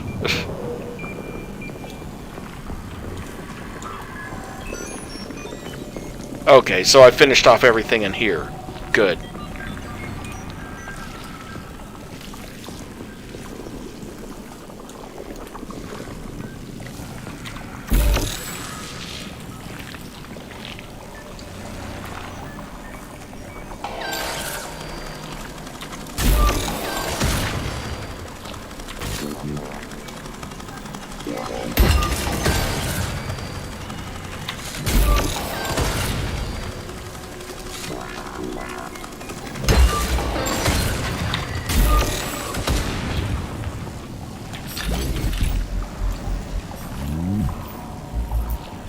No, a few more metal parts and neuropolymer.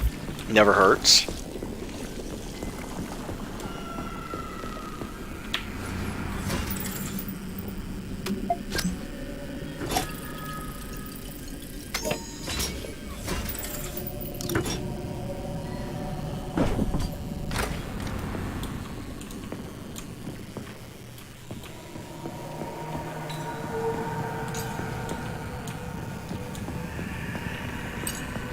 Complaint. Listen, I am filing a complaint. About what? About your Stockhausen's disgusting behavior.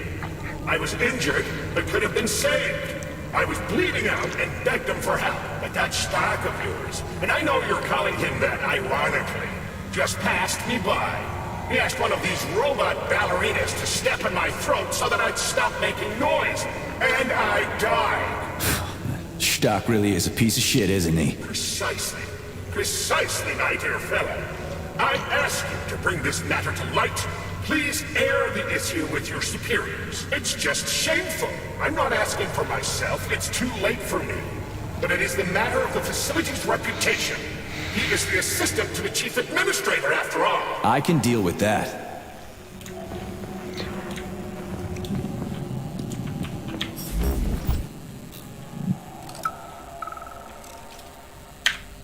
This is truly a magical land filled with strange visions and fanciful characters. A land of incredible emotion and total freedom. It is a land where you know everything and can't make heads or tails of any of it.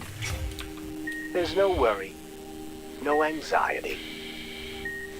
This is our gift to you, soldier, and needless to say, it will extend your life. A life of combat and violence. Poor fellow. Nurse, the device. The brain is ready for the implant. Saving data. Please select the desired procedure.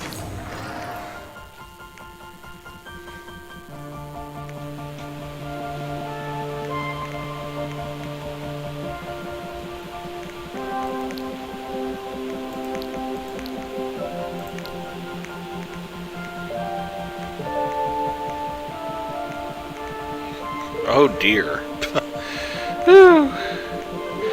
Well, let's go to disassembly.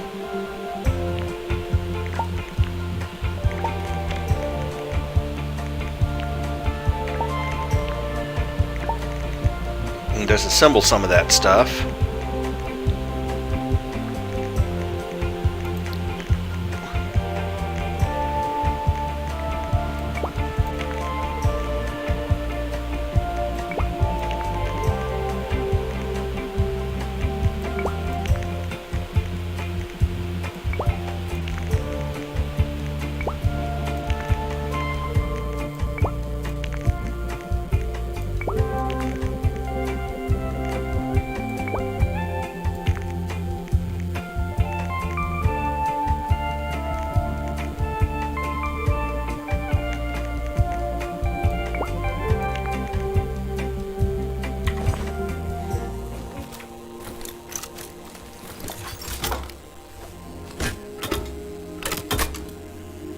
Access granted.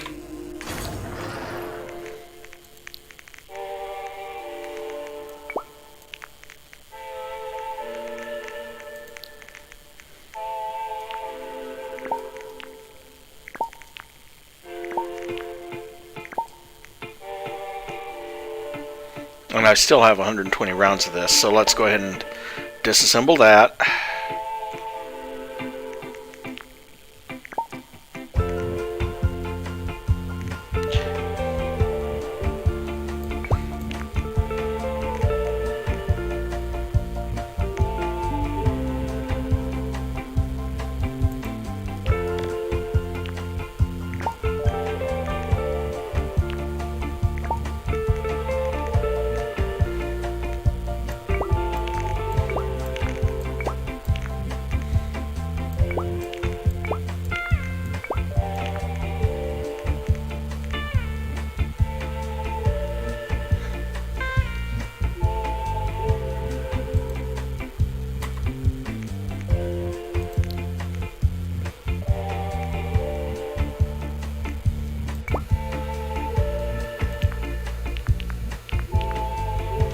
You know what? I have a thought.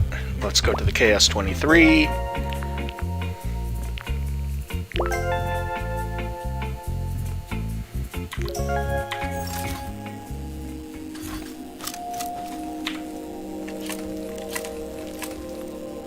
Ten rounds in the shotgun. Authorization. Major.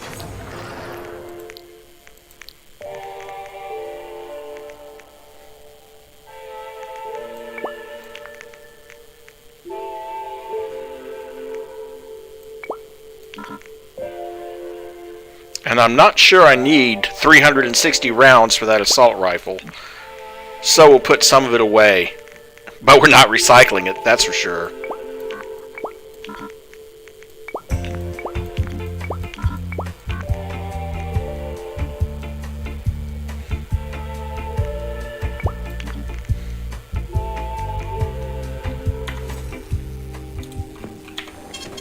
Saving data.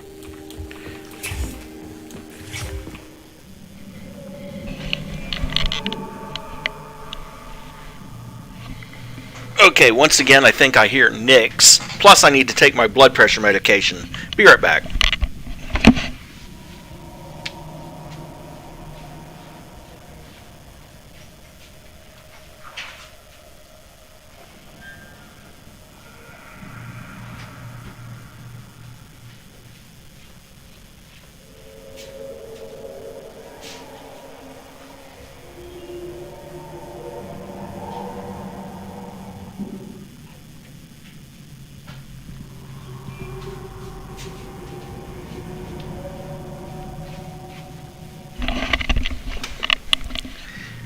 Okay, I was wrong about nicks, but not about my blood pressure medication. So,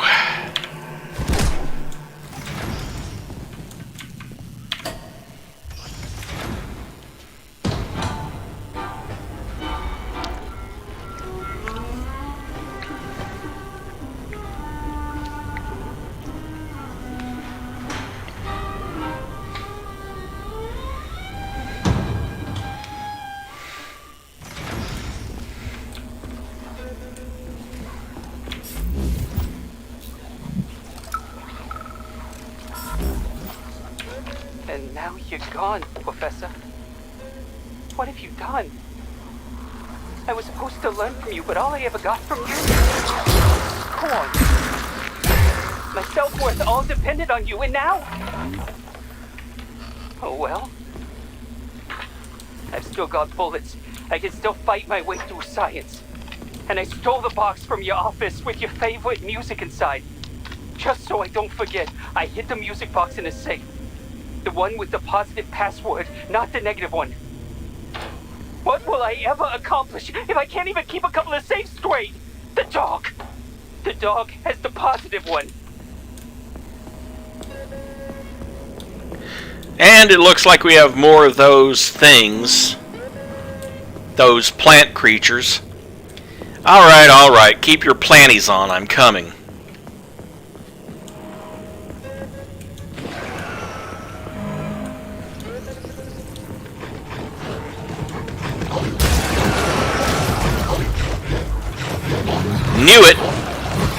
Knew it. Soon as he said the dog has the positive one, I knew there'd be a plioche down here.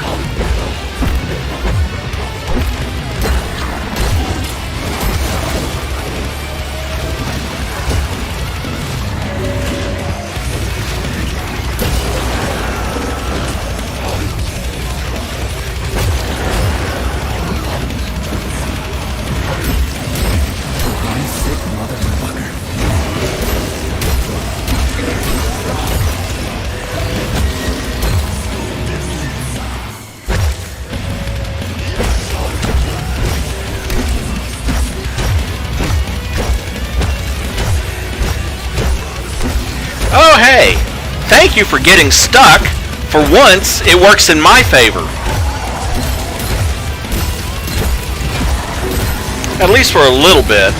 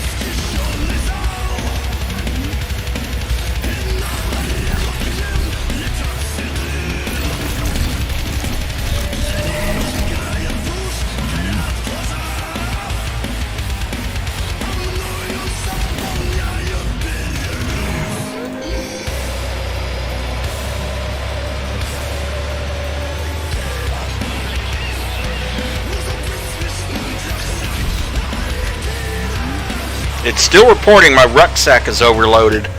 Might have to go back to the save room and see what I can do about that.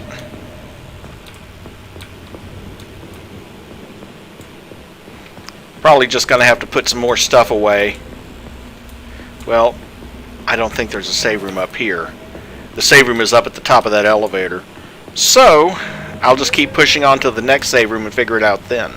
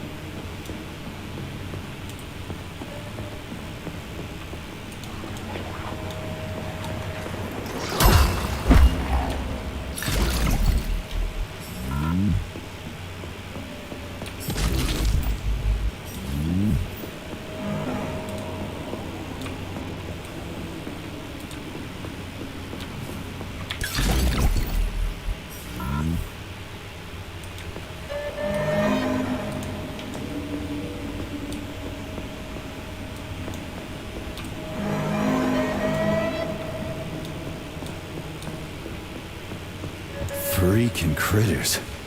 What's this place, Charles? A morgue? Indeed. The bodies of the dead are kept here for further study. What do you mean, the dead? There are bodies all over the place. Where'd these come from? There are dozens of them, and most of them are young. These are the bodies of volunteers who died in dangerous human experiments. Holy fuck.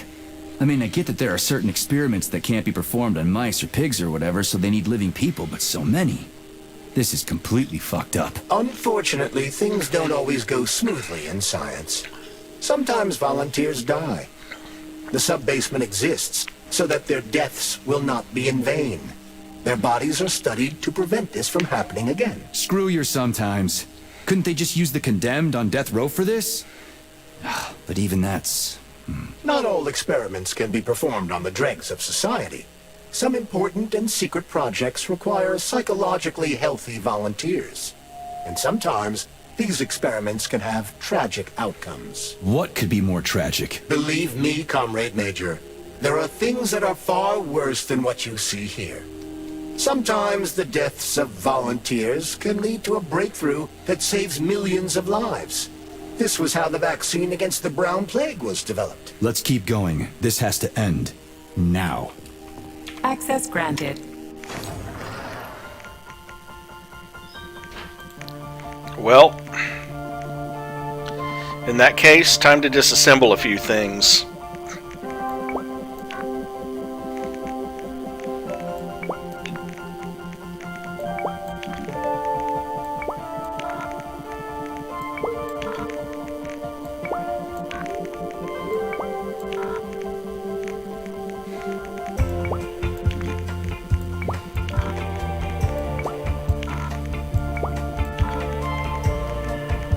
And yes, apparently there is a limit to how much your storage can store.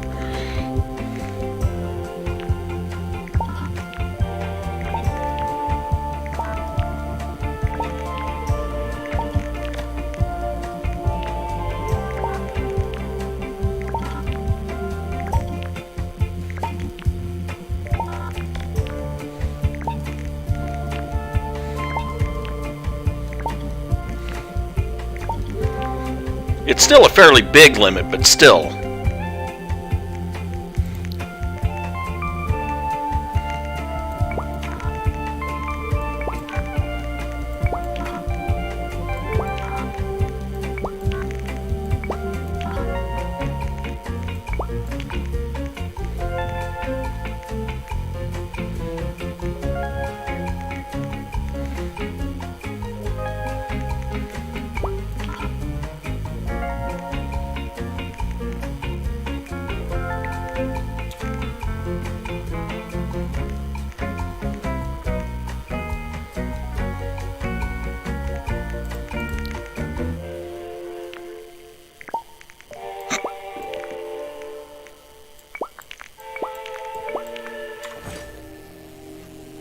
So, what will it be, Major?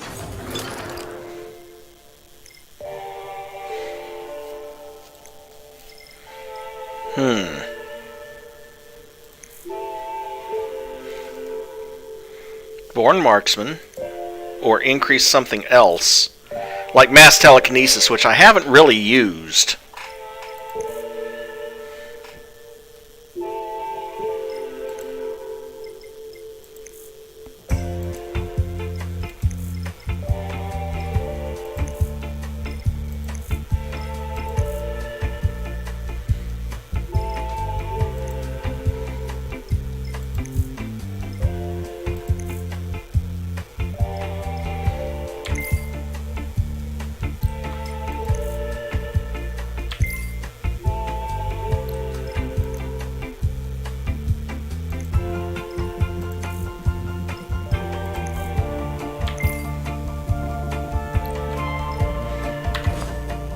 Authorization.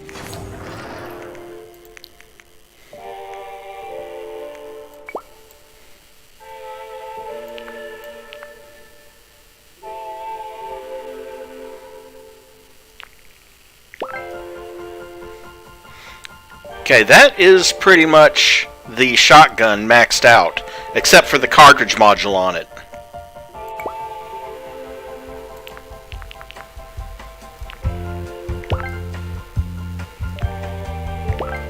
And that is pretty much the rocket launcher maxed out. At least for the homing projectiles variant. And I have no components to upgrade anything else. Please select the desired procedure. Well, let's see if I can... No, I don't have the parts for any of that. Okay.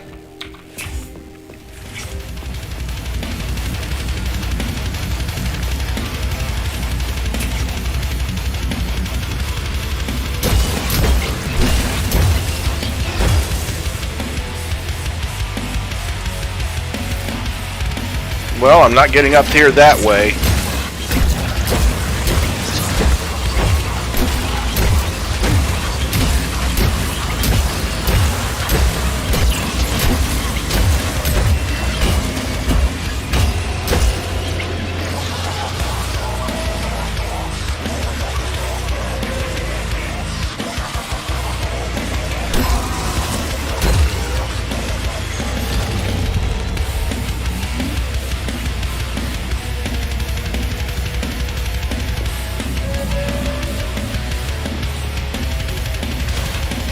Where are all these coming from?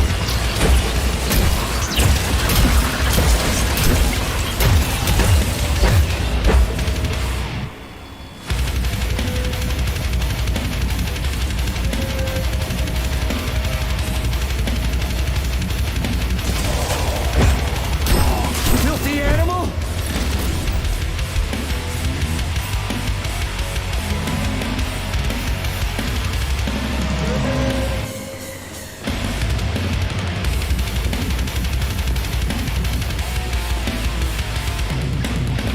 Well, can't go any further up that way.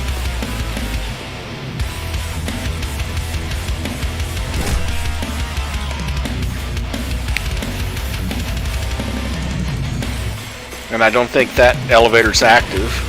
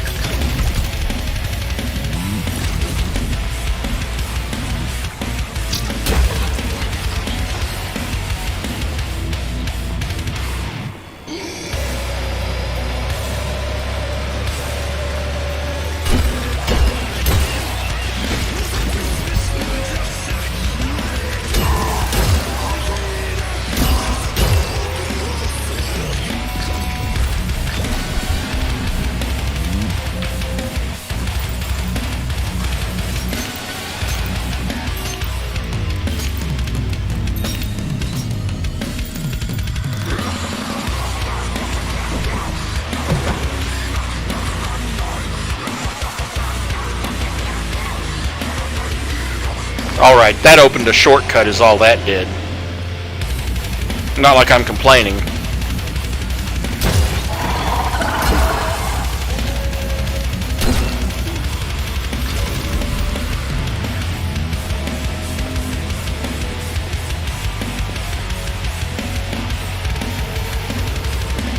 Aha. So you're behind all of this.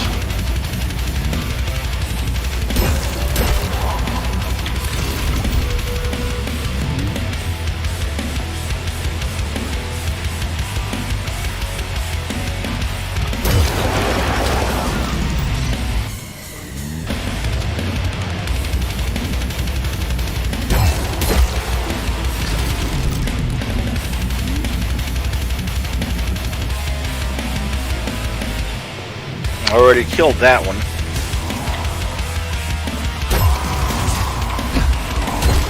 Stop puking on me, please.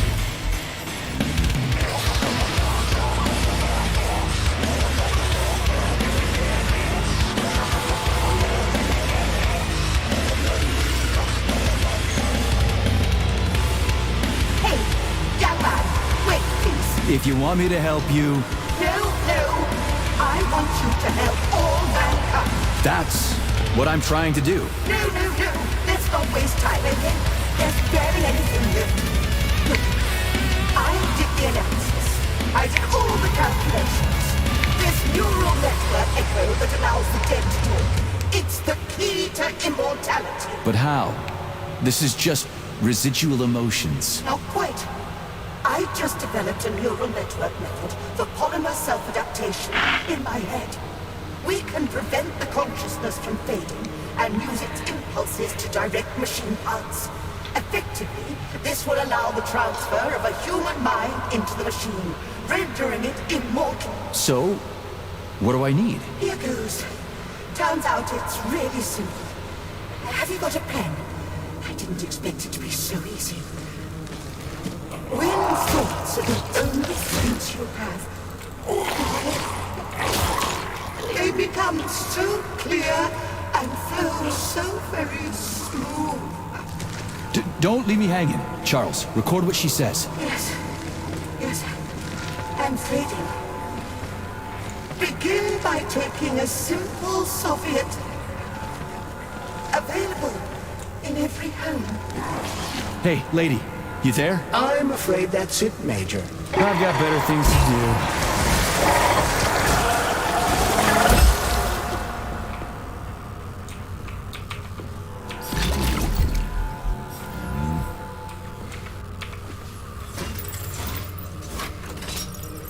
Oh dear.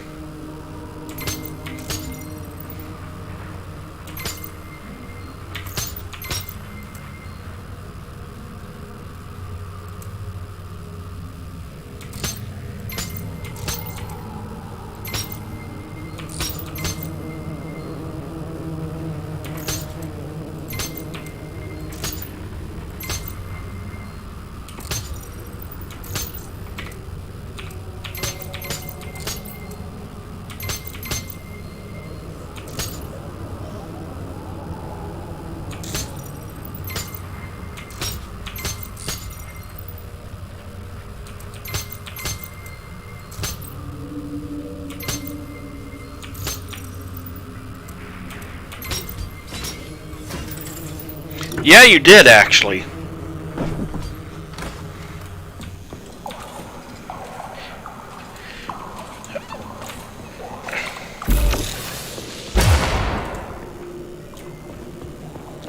Not that I think that could summon any more robots right now, but... Saving data. Authorization. Only 55 polymer. Not enough to really upgrade much of anything at this point.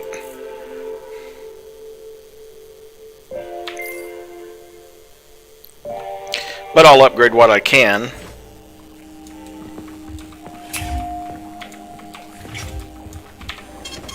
Saving data.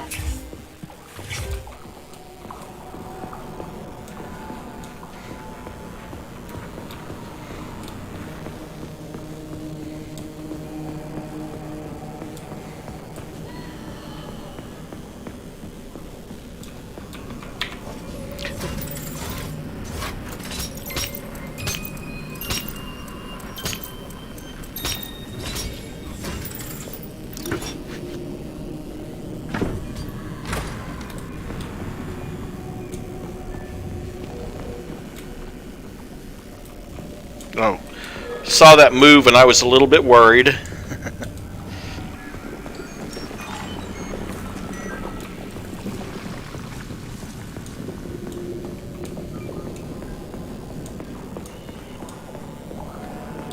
Oh crap, I'm back here again, aren't I?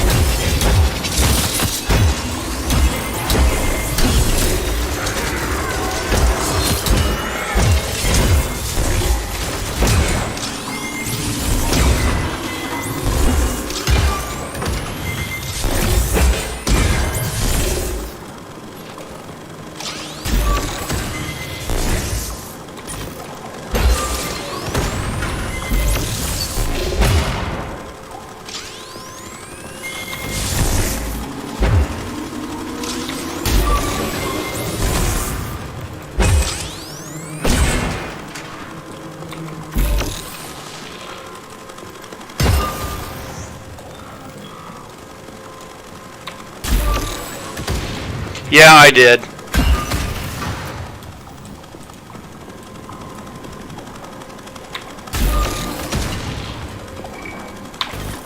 Now that I think about it, I think I realized that I left infinite health on.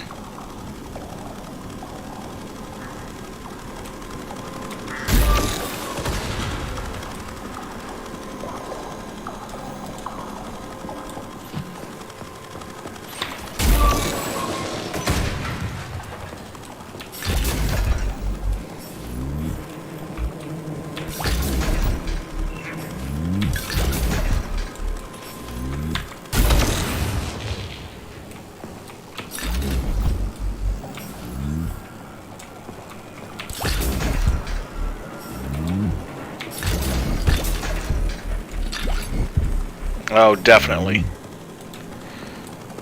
Okay.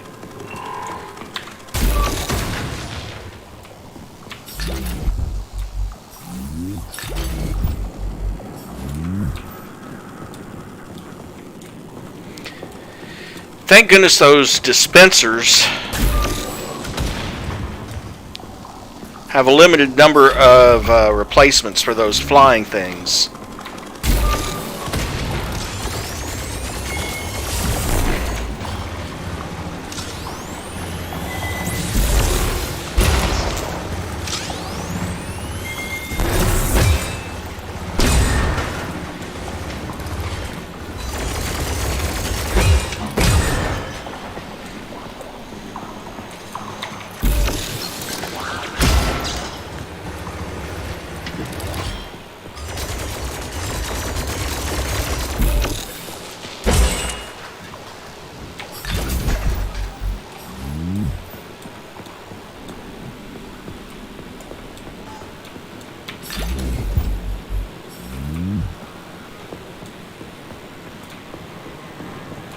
Okay.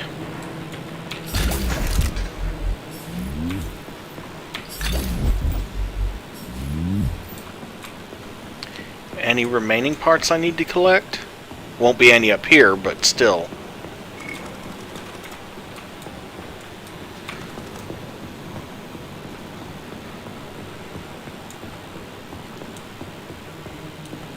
Find a way to the main distribution center.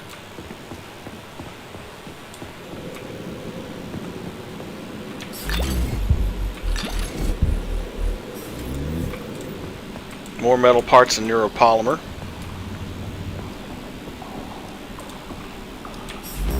Another one of those chirper gadgets. Alexandra, could I have some chicken Kiev and mashed potatoes, please? Oh, and a pickle. Just one.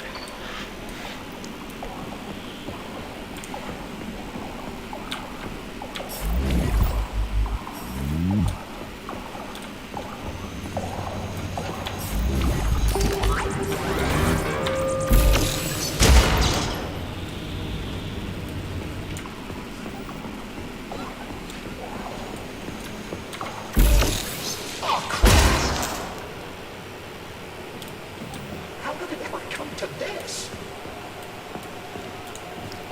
Kollektiv Schmollektiv. Dead chef talking, huh? Without a paddle now.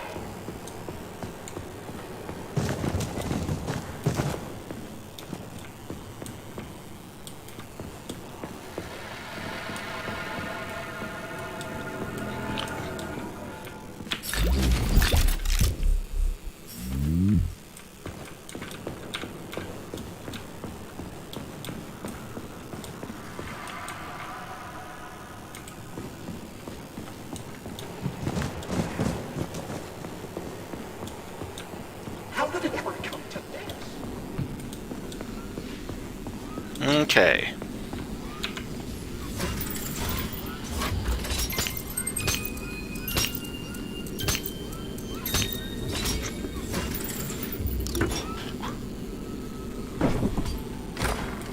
This is fucked. Sechenov is a decent guy. How could he let this happen? An army of bots, killer mutants, thousands of innocent victims. No matter how you slice it, the facility's to blame. Even without Petrov, this place has issues, to say nothing of Kollektiv 2.0. Seriously, I gotta wrap this up and retire. Maybe even get married. What? Nah, fuck that. Your negative brain activity is generating unpleasant artifacts in my code. I told you to stay out of my head, Charles. Get to work. Set me a fucking waypoint, damn it. Please select the desired procedure.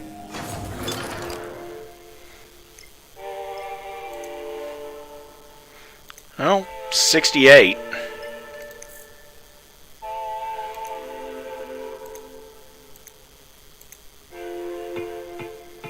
Not sure I want this thing creating neuropolymer, from my bloodstream.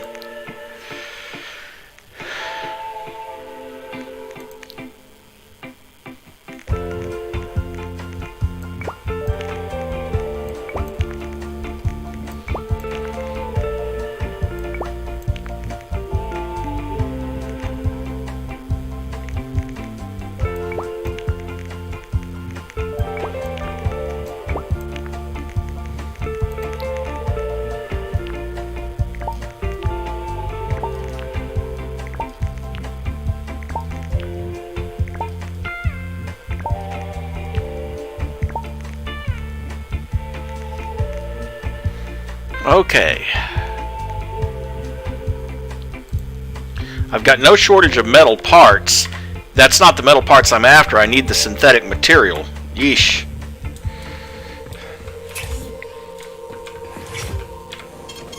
Saving data. Oh, hello.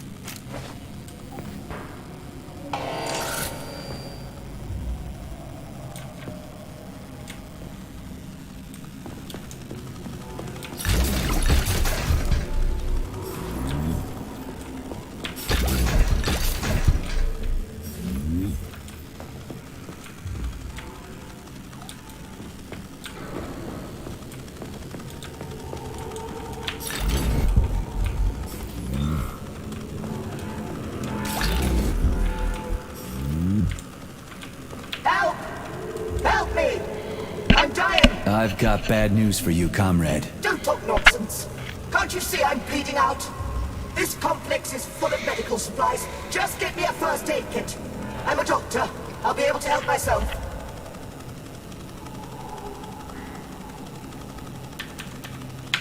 So try to match the amount of time that's passed with how you're feeling. You're a doctor. What does 2 and 2 add up to? Am I really dead? But... shit. It must be these fucking vaccines, correct? I got imprinted on the neural net as a residual echo.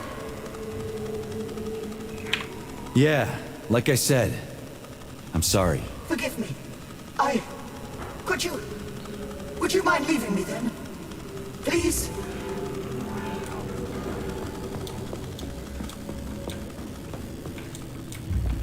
Okay.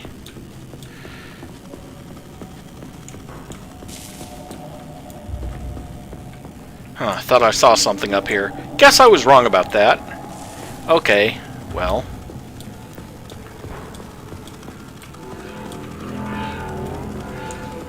Oh, hello.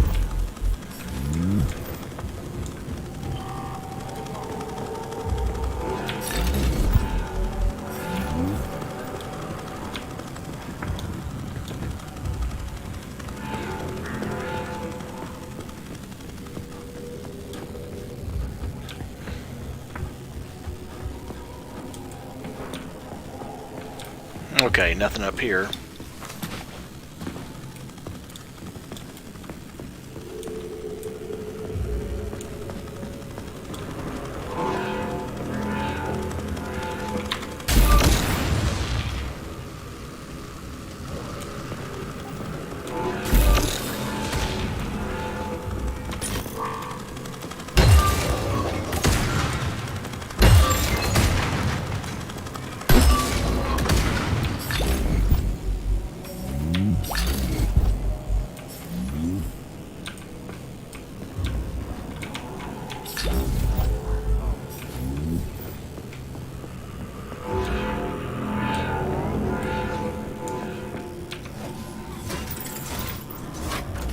Oh, goody.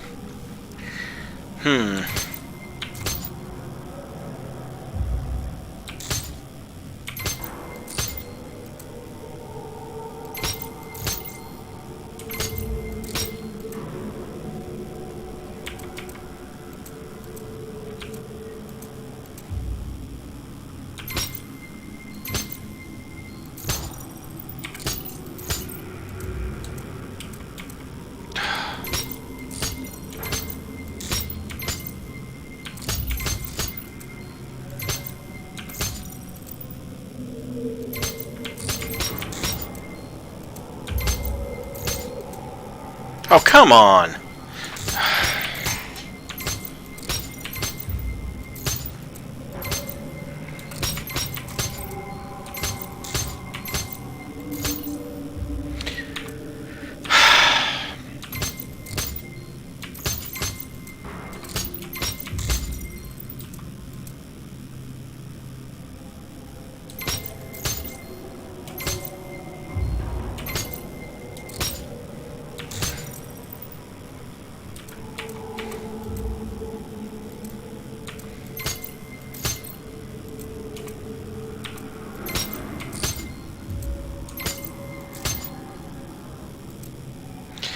Come on, could I please stop setting it so it's yellow-blue instead of blue-yellow?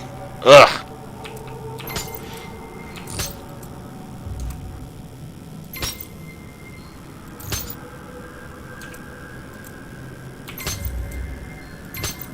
Thank you.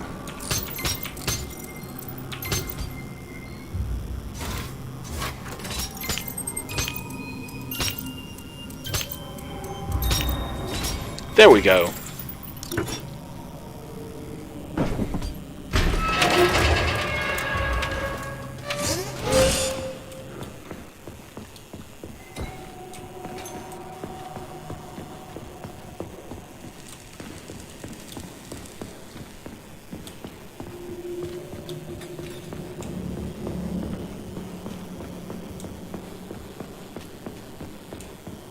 Look at the size of that fucking thing. What is it? The experiments here involve the creation of neuropolymer endoskeletons for various animals. The goal is to allow them to live in hostile conditions on the outer planets of the solar system. Endoskeletons. That thing isn't gonna attack us, is it? It's huge. The specimens here currently lack any neuropolymer brain tissue structure. They are nothing but polymer bodies at this time. They cannot move. Still, they're freaking massive. Are they for planets with low gravity? Some are, while others are for planets with high gravity. Research is being conducted for all scenarios. In one of the vats, you can even see attempts to breed an organism capable of living in the oceans of Jupiter.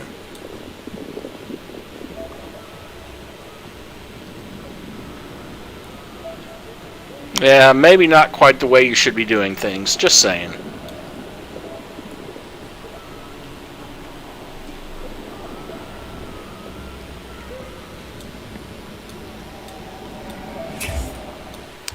One presumes they're talking about the gas oceans. Please select the desired procedure. Although it is suspected that Jupiter has a liquid core. Mostly due to high pressure compressing the gases and forcing them. You know, it's kind of like water under pressure doesn't boil. Well,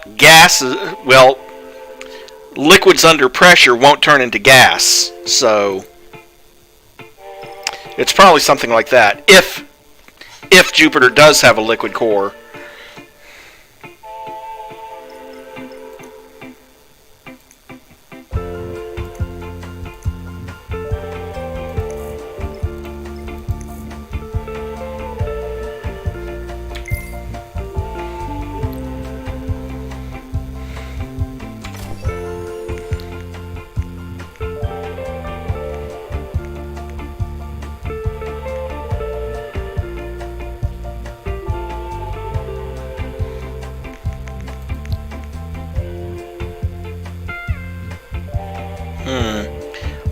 I don't know if there's anything I need to really upgrade.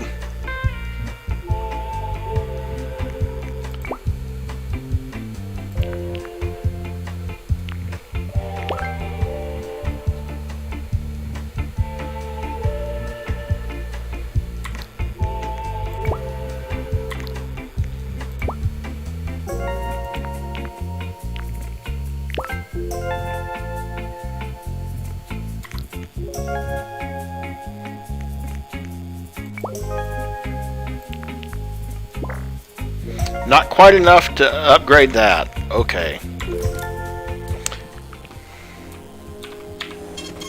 Saving data.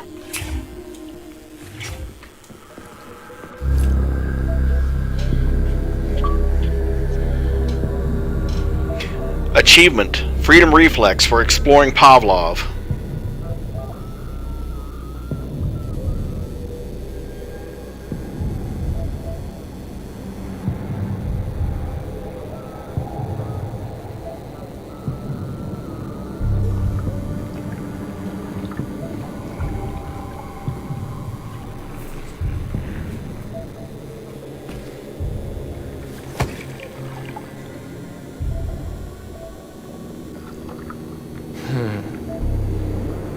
I never expected to see Victor like this, in these circumstances.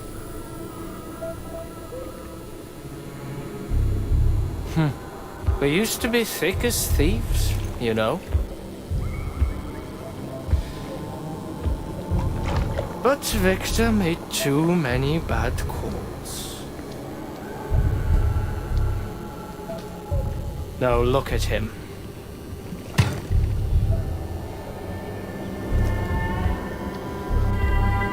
Thanks to Dr. Sechenov's brilliance, we don't have to lose all of Petrov's knowledge.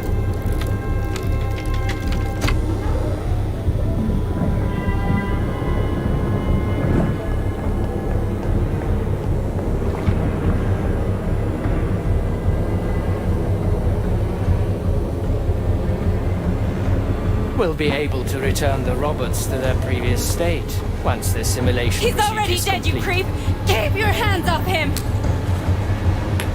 Grenade!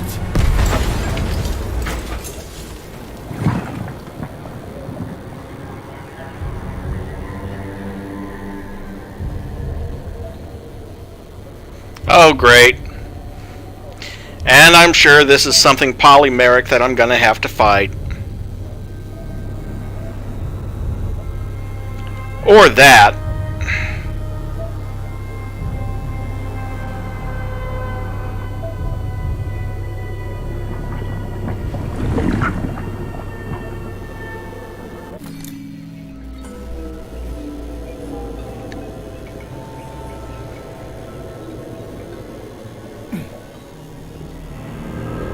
And here we are in this again. The professor says you haven't slept in 3 days. I don't wanna. Sleeping pills, bottle of vodka. Why not both at the same time, huh? You know I don't like that stuff. My brain's a fortress. You know, when I was a boy, my brother was scared of the dark, so my mother left him behind. It helped him. I hated it. The light interfered with my imagination. I didn't like children's books for the same reason. All those colorful pictures. They were real. Exactly. The books in my father's library were interesting. History.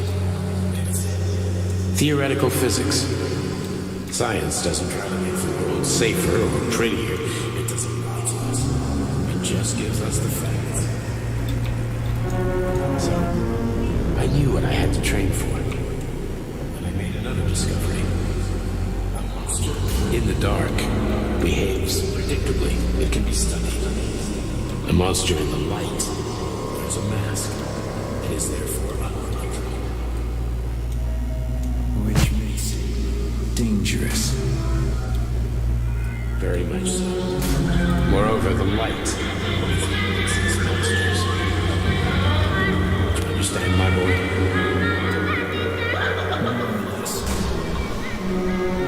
May I turn out the light? Yeah. Reconstructing illumination.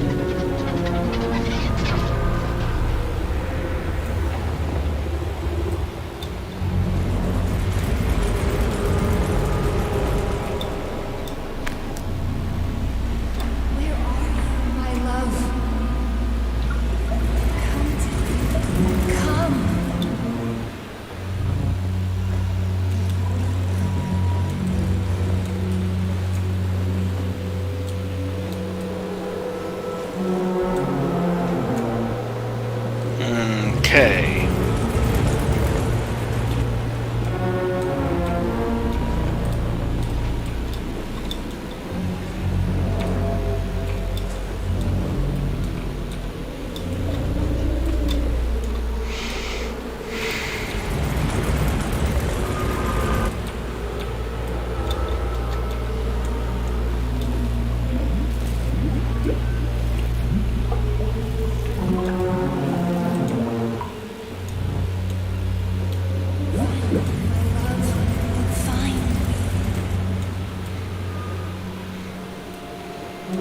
I get this distinctive feeling that P3 himself might be one of these polymeric creations. Oh ho. Because, I mean, look at that. Those aren't hands.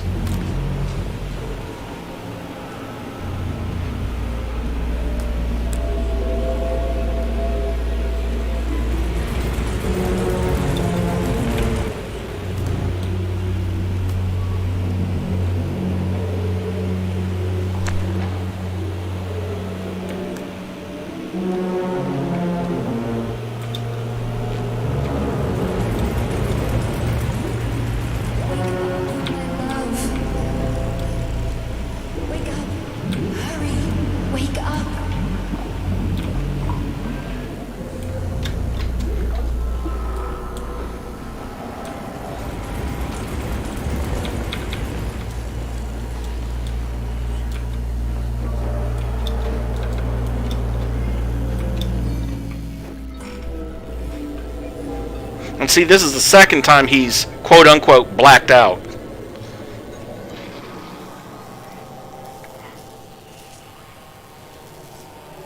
Son of a bitch. What the... Charles, where's Larissa? She hid before the explosion.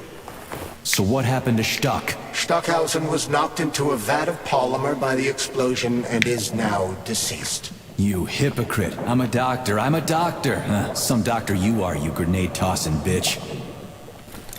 Petrov and Filatova are cut from the same cloth. There can be no doubt about that. Whatever. We gotta find a way out.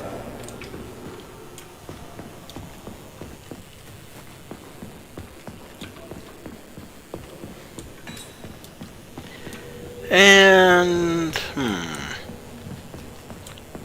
What way out with that? Aha.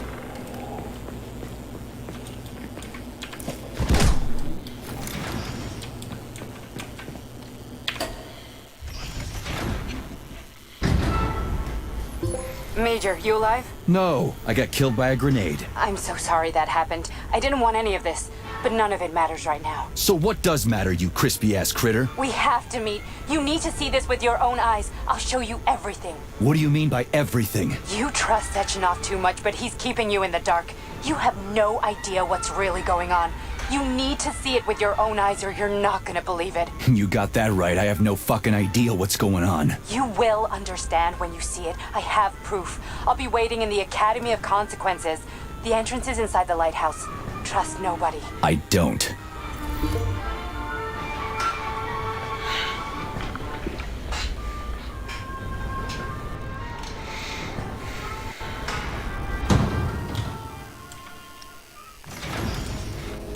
You could be onto something. But that's the nice thing about this being a blind playthrough. I don't know either. Saving data. Comrade Major. Yeah. I must insist that you destroy the beta connectors. Why do you have a bug up your ass about those rings, Charles? You said you would make a decision about the rings when the time was right. The time...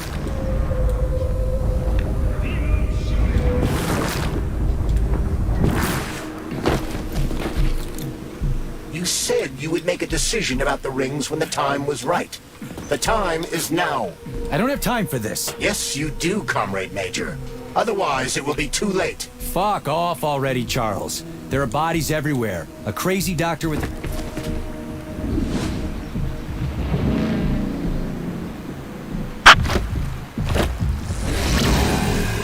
that crazy-ass pump thing kill that whale? Damn. The dewdrop is the latest design in the field of biomechanics. To put it simply, it is a hydraulic pump. Isn't that what I just said?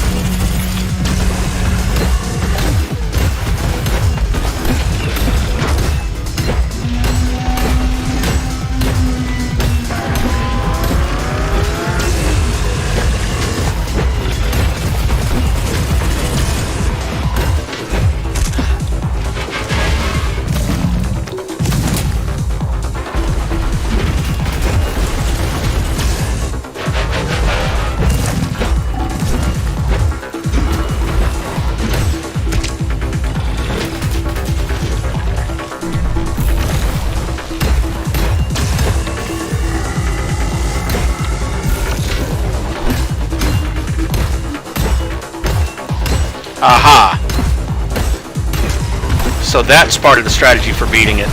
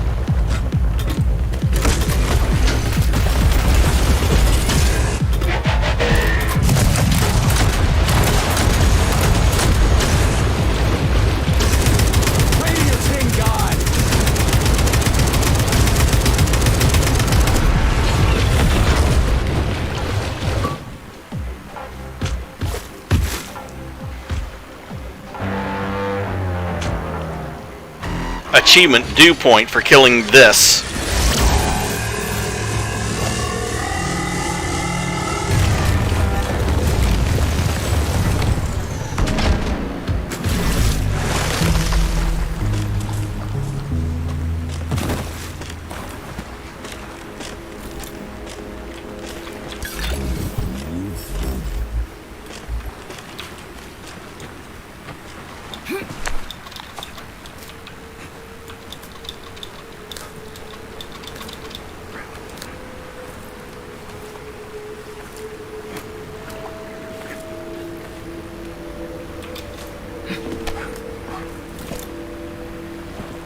Whoa, that thing was dangerous. I didn't know if I could handle it. And there are much more powerful robots out there. Real combat robots are far deadlier. There aren't any combat bots here. Not yet, but once Kollektiv launches, they will be everywhere. And 2 of them will be equipped with beta connectors. Do you have any idea how much blood will be spilled because of one person's private ambitions? You in the rings are driving me nuts.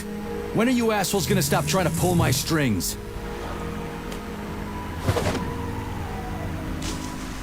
Done. Happy now? Good decision, Comrade Major. I have no doubt that it saved lives. Perhaps many more than I can imagine. Let's hope so.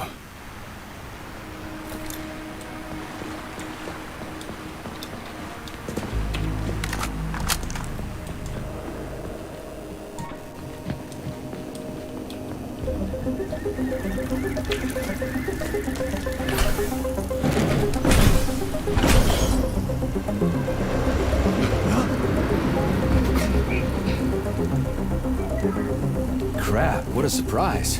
Why'd they freeze up? The access code has been successfully extracted from Petrov's neuropolymer memory. Combat mode has been disabled, and the robots have returned to their normal status. Well done, my boy. Everyone who was able to hide and survive owes you their lives. You've done me proud. Thank you, sir. What now? Come back to Chelome, get a checkup, and take some leave. You've earned it. I'll deal with the fallout from this mess. Roger that. I'm on my way. You didn't tell Sechenov about Filatova. Are you still planning to meet with her? I want to see this evidence she says is so important. Dr. Sechenov isn't going to like it, you know. So don't tell him.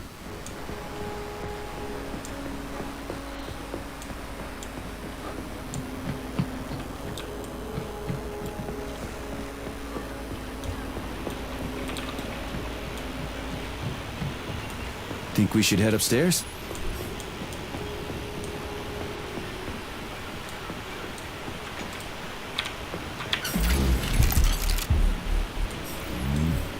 A lighthouse, huh? So where is she? Larissa! Freaking critters, you around here somewhere? I do not detect anyone in the vicinity. Let's take a look around. She's gotta be here. Do you trust Dr. Filatova? I don't trust anyone. But she's got something important to tell me. And I'm sure Dr. Sechenov is hiding something. Has Dr. Sechenov ever told you about his plans? Not really. I mean, he's never really had to, but now this whole thing with Petrov, Jellyman killed Stock and the boss didn't even bat an eye. Is the launch of Kollektiv really so important he can't even delay it out of respect for the dead? I have no data on this topic, Comrade Major. No data, huh? Well, I don't have any data either. So let's go get some. When they told me that my lighthouse was gonna be ripped out of the ground and brought from Sakhalin to Kazakhstan by the robots, well, I figured they were drunk. But nope. It's thousands of kilometers away from the ocean now. Like a museum exhibit. And I'm here too. Like another exhibit. Now sure, I got a raise. Sure, I barely have to do any work. The machines do everything. Lighthouse and I are just a confirmation that humanity can do whatever it wants. But what the fuck are they guarding with all those flying guns everywhere, huh? Anything else in here? No, I don't see anything else. And you know, that same cartoon is showing on every TV around here. Let's see. Down? Aha. Apparently she's not here, but there's a TV she wants me to sit in.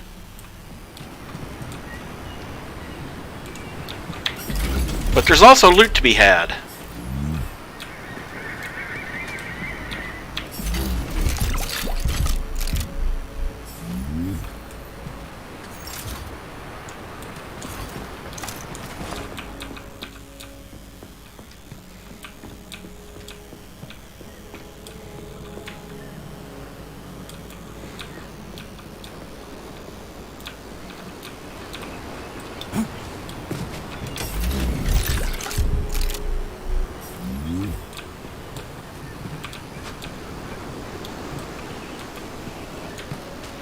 Forget Girls Gone Wild.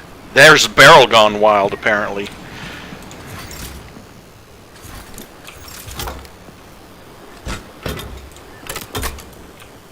Good, they thought about that. If you have less than 3, then it doesn't put 3 in there. It just shows you putting however many you've got. A little developer foresight is never a bad thing. What do we have here? A chair and a TV? This isn't what I was expecting. What were you expecting? I suspect that this room has a specific function.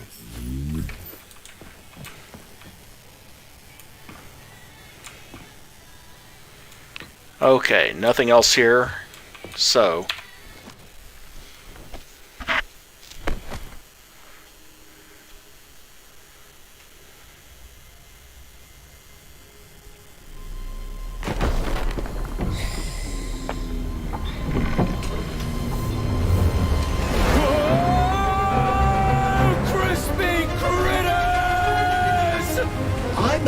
The unscheduled acceleration was caused by the elevator access system being hacked. Otherwise, Dr. Filatova would not have been able to initiate it.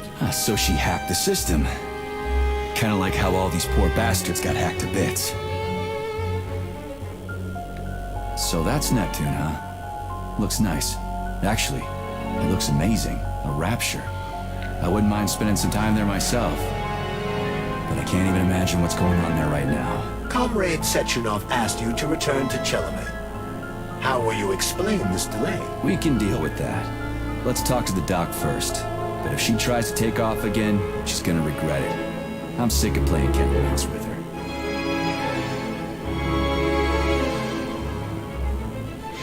Okay, I admit that's a cute nod to the BioShock games. It's a rapture. I wouldn't mind spending time here, but I have no idea what's going on there. What are we doing here? What do you want? Just hear me out, P3. Let me try to give you a different perspective, and then you can decide how to handle things. Do you know how Sechenov is planning to use Kollektiv? What he's going to do with it? After Kollektiv launches, people will be able to control robots with their minds, and they won't be able to stab each other in the back anymore. Sounds nice. I used to think that way too. But that's not how things really are. Kollektiv isn't just about controlling robots. Sechenov will be able to control everyone who's a part of Kollektiv. Kollektiv is diabolical, Nechayev. It's even worse than slavery. Bullshit. It's just the same old chain of command, but on a virtual network. What's so awful about that? Come on, see for yourself. I've got questions. Where are we? This is the Academy of Consequences, the facility's memory, analytics center, and primary archive. The activities of all the other complexes are studied here in order to draw conclusions and generate probability matrices. Get to the point. The Academy has a number of interesting departments. For example, there's the Radio of the Future. By mathematically combining shortwave and quantum echoes, we can predict the music people will be listening to 50 or even 80 years into the future. But there's another very special department here called Polymerized Subject Behavioral Psychology. They're supposed to be volunteers, but... How'd you get in here? Why didn't the Dropus stop you? I work here. Well, I used to. Only Sechenov can revoke my access. And he's got his hands full right now. And I'm no threat to him. Get to the point. And no more grenades or other bullshit. Any funny business at all and I'll kill you. This is your last warning. Sure, fine. Come on, I won't waste your time. Okay, lead on.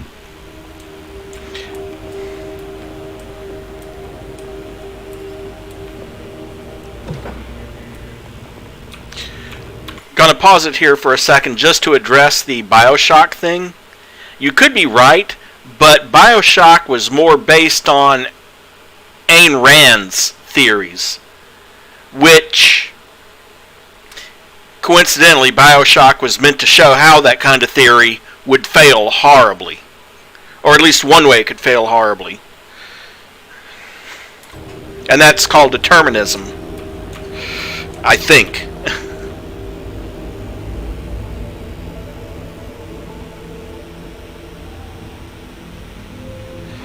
Anyway, now we're getting close to the truth. Well, are you ready? Objectivism, thank you. Disable polarization.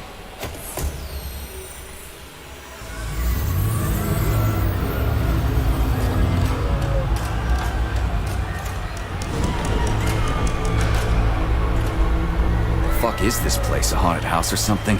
It's a tomb of the mind. The volunteers who lay the foundation for Kollektiv. First few groups of subjects all died. Group 30 went insane. Group 73 killed themselves. Group 101 killed each other. Group 204 was the most successful. They all survived. Their consciousness is now in an imaginary world. We call it Limbo. And their bodies are here, under my complete control. Want me to make them do something? Why? To show that I'm not lying. Whatever. Line them up.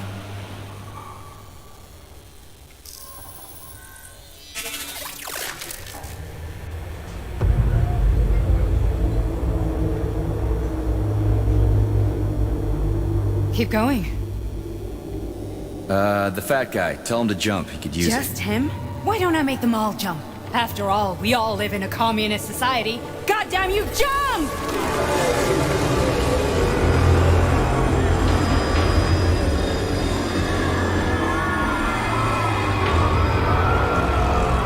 This is insane. Why do you people even do this shit? Fuck. Poor bastards. No, that's where you're wrong. Chemically speaking, they're all perfectly happy.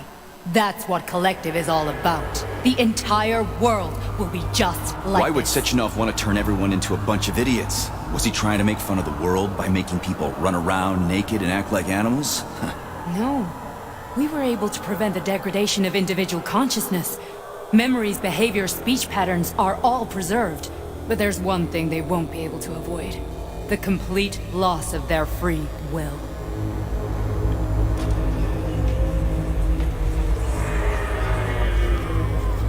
We gotta stop this. Stop this. That's what Victor was trying to do. You got in his way, and now it's too late. Your boyfriend lost his mind and killed people. He tried to tell me Sechenov taught the robots to kill during the design phase. Why would Boss do that? Why? Why did he design Kollektiv to be a mind control system? Why does he need those special neurocontrollers? Sechenov wants to enslave the entire world. I'm sorry, but if you don't understand that, you're an idiot!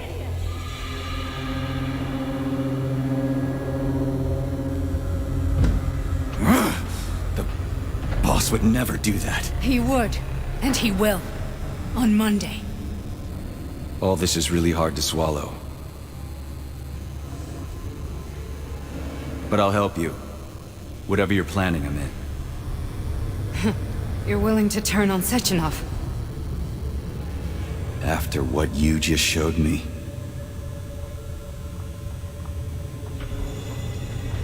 Yeah. I want to hear what he's got to say.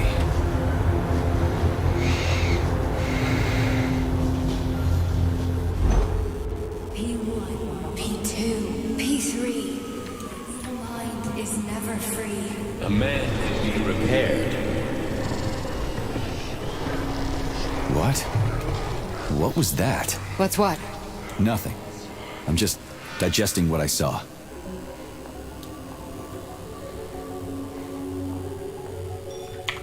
If you worked here, then why didn't you try to stop this? I thought it was for the best. I thought it was for the good of the entire Soviet Union. But when I realized what was really going on, I had to bide my time, wait for the right moment. Victor and I risked everything and... you know the rest. Why did you help me? Perhaps because I care. And besides, it's not about you. Well, not only you. Fine, moving on. The test subject is not leaving limbo. Inject neurotransmitters. Hey, Major. I'm fine. My head's been killing me lately. I've been seeing things. This is one hell of a job, let me tell you. It won't hurt, Sergeant. You won't even remember a thing. Hallucinations are serious business. Well, I am a neurosurgeon. I can probably help, if everything ends well. No thanks. A little vacation will fix me right up. I mean, if this all ends well. Fine. Listen, about Victor, What? Did you have no choice? You couldn't have acted differently? Will you now tell me that you're sorry? What?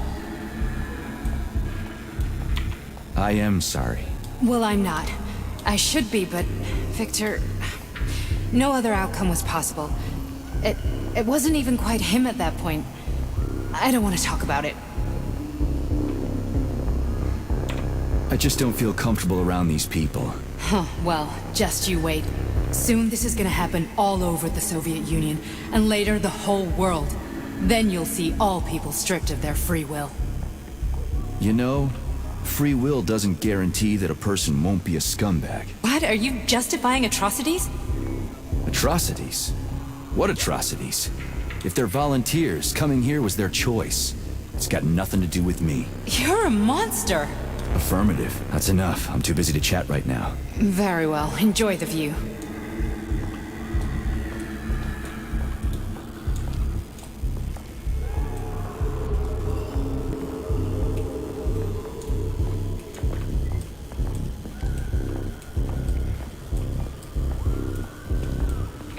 Well, I knew they had done something to him. They were taking over his free will.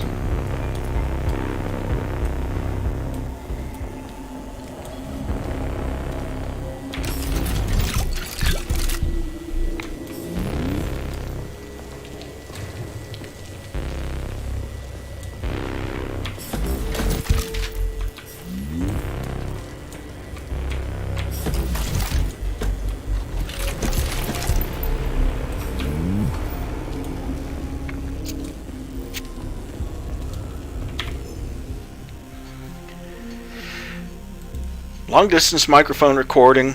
A recording of a conversation between Sechenov and Petrov has been appended to this message at Stockhausen's request. Comrade Sechenov, Kollektiv's control interface has to be reconfigured so it can only control robots. I won't allow this device to be used to control human minds. Victor, we're men of science. There's no room at the facility for emotions or politics. Follow your order.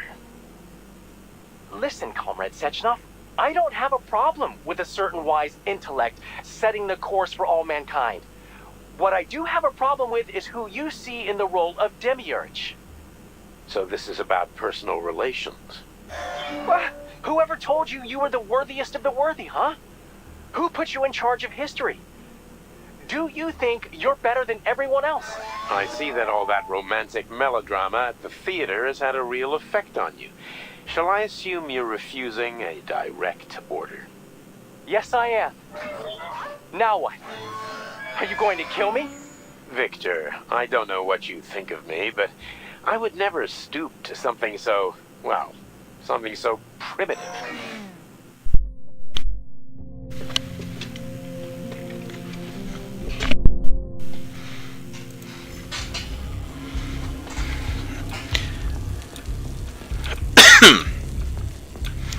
And more.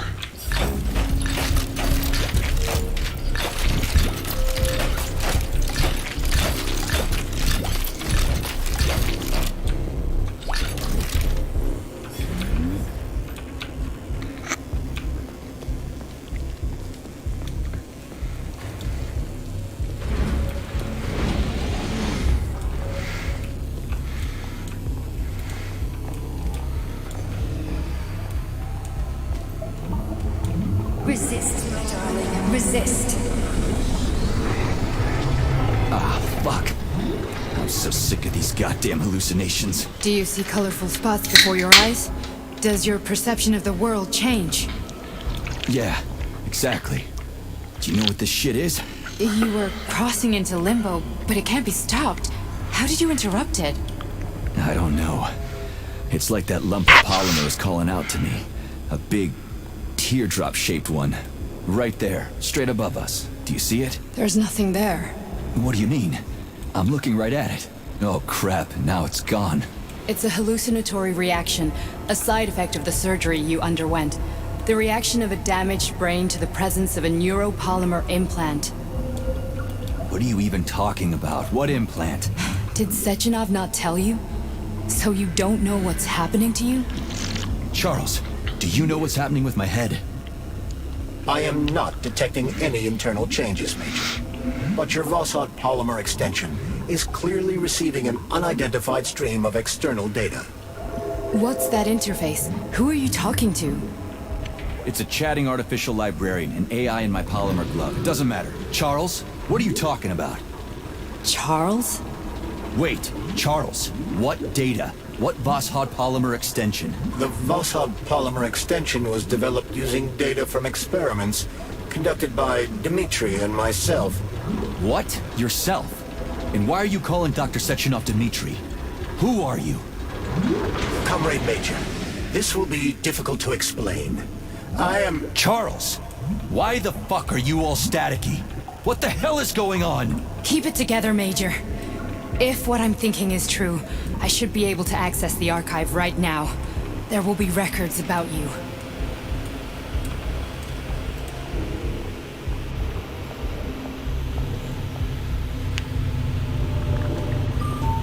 State your name and personal access code. Crispy critters.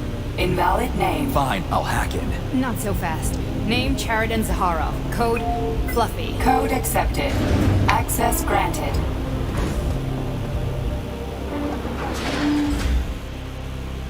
Charles, are you there? Nothing? Nothing. So, what is Charles then? Long story short, your Charles is Professor Chariton Zaharov. Huh, that was short. So how could he be Zaharov? Professor Zaharov was developing the Kollektiv subsystems and worked on the module. The one you have inside you. Gonna pause it there for a second. You think that's something? Remember Babylon 5? How Chief Garibaldi's security password was peekaboo? They told us he ran a number of experiments on himself. The result was disastrous and unpredictable. On himself? Was he an idiot or something? Oh, he certainly wasn't an idiot. Zakharov was a misanthrope obsessed with science. I don't think he cared about what happened to his body all that much. So when did you realize that Charles is Zakharov? Just about right now, when he went offline. I had no idea Sechenov had stashed his consciousness into your glove. It was the abbreviation Charles that tipped me off. So Charles isn't a person anymore. Just a device. I don't know, I guess he is. Except this device is based on the logical paradigm and experience of one of the brightest Soviet geniuses. So why does Sechenov want him? Because Sechenov never dismisses what he can use. It's easier for him to change everything to fit his needs. I guess you noticed this already. What's funny is that you seem to have made friends with your glove. Well, we've been through a lot. I've got feelings, you know, being alive and all. So does he. Did. How can you talk about this so calmly? To me, Chariton Radionovich died a long time ago. I'm done mourning him. And besides, I'm a scientist. We're more impassionate towards death than to muddling one's brains. So, how do we get in? Only a small bunch of people have permanent access to the archive. Sechenov, Lebedev, the director of the academy, and Zakharov. Like you reminded me. Fluffy, huh? So what would we have done if the password hadn't worked? I'm sure you would have smashed the door with your bare fists. But now Archivist thinks I am Dr. Zakharov, so we got lucky. And now we can learn everything about you. Let's go. Welcome, Chariton Zakharov. What is the subject of your query today? Agent P3, personal file. Your search returned 42 audio records. So, which one do you want first? I couldn't care less. Then pick one at random.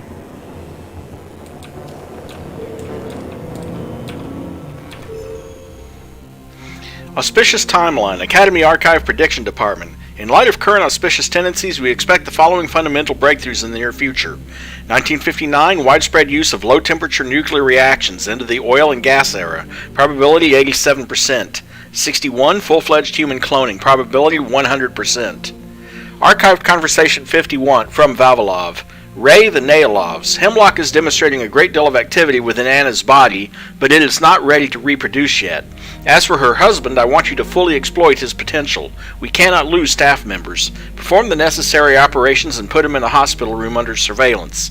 This experiment is too unique. There is only one way the plant can reproduce. If it doesn't work, we'll have to start all over again. Inauspicious timeline. In light of current inauspicious tendencies, we expect the following threats in the near future. 1961, spike in criminal activity due to increased free time among citizens. Probability 32%. 1968, large social and economic rift between roboticized and non-roboticized countries and the appearance of outcast countries. Probability 43%. 1972, growth of nationalistic attitudes among minorities, as well as the drive for revenge and a denial of pan-human values. Probability 98%. 1974, increase in epidemiological threats, overpopulation in outcast countries, shrinking populations in advanced countries such as European countries, the USSR, and China. Probability 59%. 1976, breakdown of educational system, degradation of the humanities, and segmentation in technical specializations. Probability 33%. 1978, decreased aptitude for education, short attention spans, and a focus on small doses of information among the populations of advanced countries. Probability 99%. Well, that one came true. 1979, increased religiosity, religious fundamentalism, and terrorism. Probability 71%. Well, that came true too. It's called Iran. 1980, extreme repression in progressive countries, reduction in the speed at which laws are passed, increased absurdity in enforced laws, and opposition to freedom of thought among citizens. Probability 100%. 1980, collapse of industry due to technological malfunctions. Probability 68%. And there was another one back here. Are you willing to die? Date May 11th. Are you willing to die? Then you're our man. Speaker, despite the march of progress, one fact remains. Flying to the Red Planet is a risky, dangerous proposition. Who are the people who will bring the light of humanity to Mars for us all? I think that the first trips to Mars will be very, very dangerous. The risk of a lethal outcome will be high, but it can't be helped. Are you willing to die? Then you're our man. How would you describe this mission? I think it's the most inspiring thing I could possibly imagine. Life should be something more than just solving everyday problems. When you wake up in the morning, you should think about the future with ecstasy. You should feel inspired and love life. Short-sightedness. At your request, I have reviewed the compilation of absurd quotations from bourgeoisie figures that have since been utterly trounced by progress in Soviet science. 1876. This telephone has too many shortcomings to be seriously considered as a means of communication. William Morton, President of Western Union. The Americans have need of the telephone, but we do not. We have plenty of messenger boys. Sir William Price, Chief Engineer of the British Post Office. 1889. Fooling around with alternating currents just a waste of time. Nobody will ever use it. Too dangerous. Thomas Edison. Get rid of it. We don't want to make fun of Edison. 1921. The wireless music box has no imaginable commercial value. Who would pay for a message sent to nobody in particular? David Sarnoff's partners, in response to his request to invest in the radio, mentioned that the radio was invented by Alexander Popov. 1926. While theoretically and technically television may be feasible, commercially and financially it is an impossibility. Lee DeForest. Get rid of it. Our citizens don't care about commercial or financial success. 1932. There is no basis whatsoever on which to suggest that nuclear power will ever be possible. It would mean that man has learned to split the atom. Albert Einstein. Very good, but make sure Einstein actually said it, otherwise it'll be like his riddle. 1936. A rocket will never be able to leave the Earth's atmosphere. New York Times. This one is simply magnificent, their very first issue. 1946. The working man has been and always will be, but the robot is nothing more than a flash in the pan. Henry Ford. Television won't be able to hold on to any market it captures after the first 6 months. People will soon get tired of staring at a plywood box every night. Daryl Zanuck, producer and one of the founders of 20th Century Fox. Not sure about this one. Don't publish it until the party sorts out its relationship to entertainment programming. 1949, where a calculator like ENIAC today is equipped with 18,000 vacuum tubes and weighs 30 tons, computers in the future may have only 1,000 vacuum tubes and perhaps weigh only 1.5 tons. Popular Mechanics. Good, but translate the name Popular Mechanics into Russian instead of leaving it in English. 1951, there was practically no chance communication space satellites will be used to provide better telephone, telegraph, television, or radio service inside the United States. T. Craven, FCC Commissioner. Underscore the fact that maybe they can't do it, but we sure can. 1955, there is no reason for any individual to have a computer in their home. Ken Olsen, founder of Digital Equipment Corporation. And yes, those are actual things that people actually said. An unknown feat. From the publishing department to the printing archive. Andrei Ryanovsky's unknown feat, draft of an article. For a long time, Andrei Ryanovsky's name was spoken of with contempt and dismay in Soviet scientific circles. As a capitalist and idealist who fled the Soviet Union and a vocal critic of the party's authority and the ideals of communism, it was obvious that a good relationship with him was simply impossible. However, later, when Ryanovsky grew disillusioned with American ideals, his rhetoric changed and his relationship to the motherland changed along with it. It goes without saying that this move led to a hue and cry in the West and genuine glee in Ryanovsky's homeland. Nowadays, Andrei Ryanovsky has successfully developed his deep-sea dwelling project with the aid of underwater engineers from Sakhalin, and is considered a true friend to Soviet science and facility 3826. Here's another one for you, Carrie. 640K ought to be more than enough for anybody. Says the guy who's sitting in front of a computer with 32 gigs of RAM. Thanks for all the fish. Date December 9th, to the printing archive. Needless to say, large-scale projects to conquer outer space and colonize planets are laudable and worthy of respect. Man has always reached for the stars, but let's be honest, there's nothing out there. Space is a cold, empty, inhospitable place without any hidden mysteries. All that awaits us there are resources and the satisfaction of mankind's ego. Our home is another matter entirely.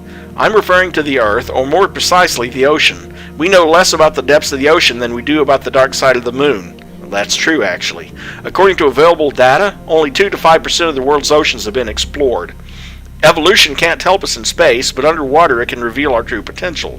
In this article, you will learn about the potential benefits of exploring and conquering the ocean. To put it bluntly, what's the point in flying to the far reaches of space when our own home holds more secrets than any other planet? Well, to put it bluntly, in about a billion years, Earth is going to be uninhabitable anyway, so we kind of have to go sooner or later.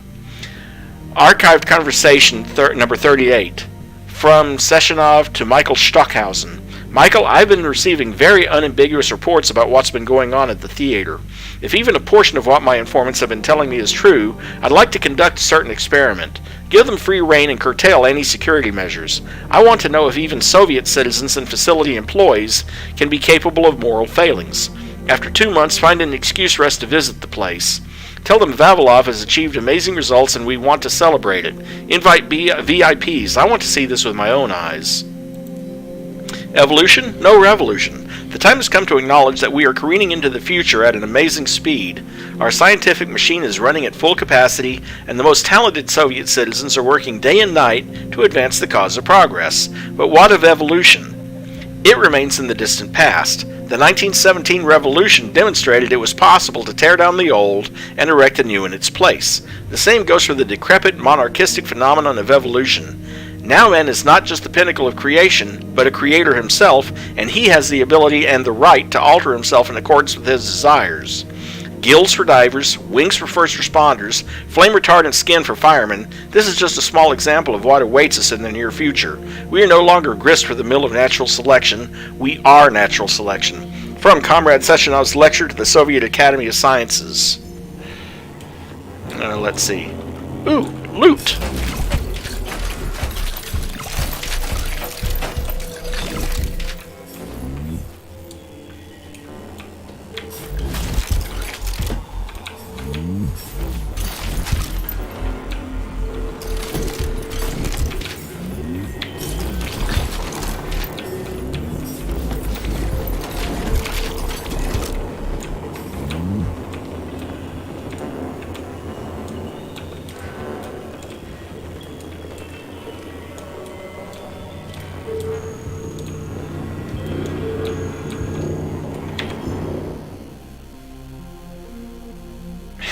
From Lab Assistant Klimov, Y. Klimov to Lab Assistant M. Klimov. Are you cheating again? You sank my aircraft carrier, E2.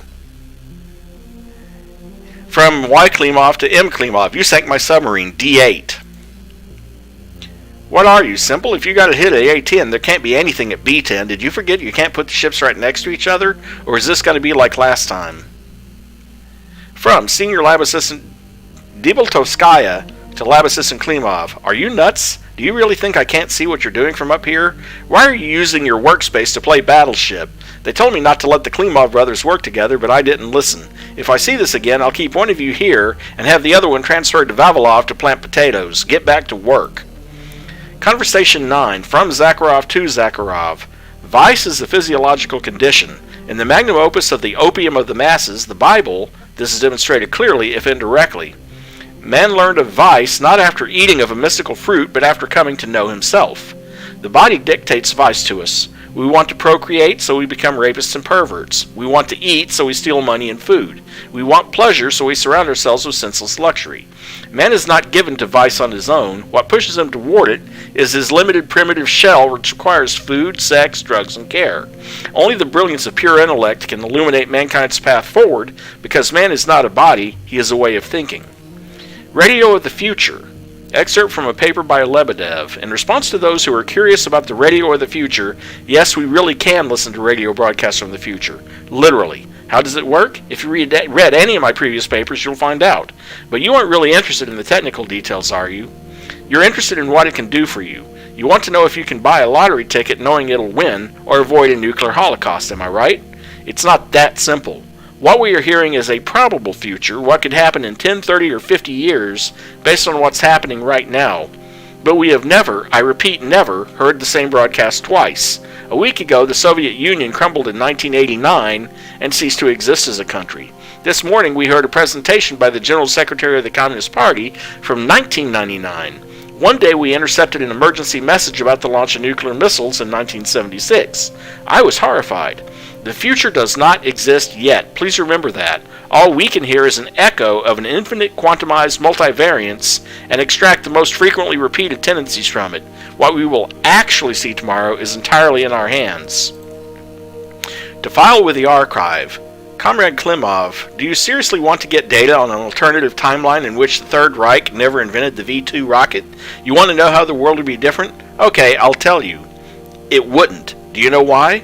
Because the invention of new weapons is called an arms race for a reason. If it's a race, that means someone has to come in first. In our history, the Germans came in first, although it didn't particularly help them, but the Americans were nipping at their heels, as were we and the Brits. Yes, the V-2 had an astonishing influence on missile design and the space program, but it was just a matter of time. Can you tell me who invented the radio? Was it Popov, Marconi, Hertz, Tesla? Do you know what's really interesting? What would have happened if the fascists hadn't invented that plague of theirs and mowed down half the world's population? From now on, don't bother the alternate prediction department with childish questions in the vein of, who'd win in a fight, a shark or a bear? P.S. The bear, obviously.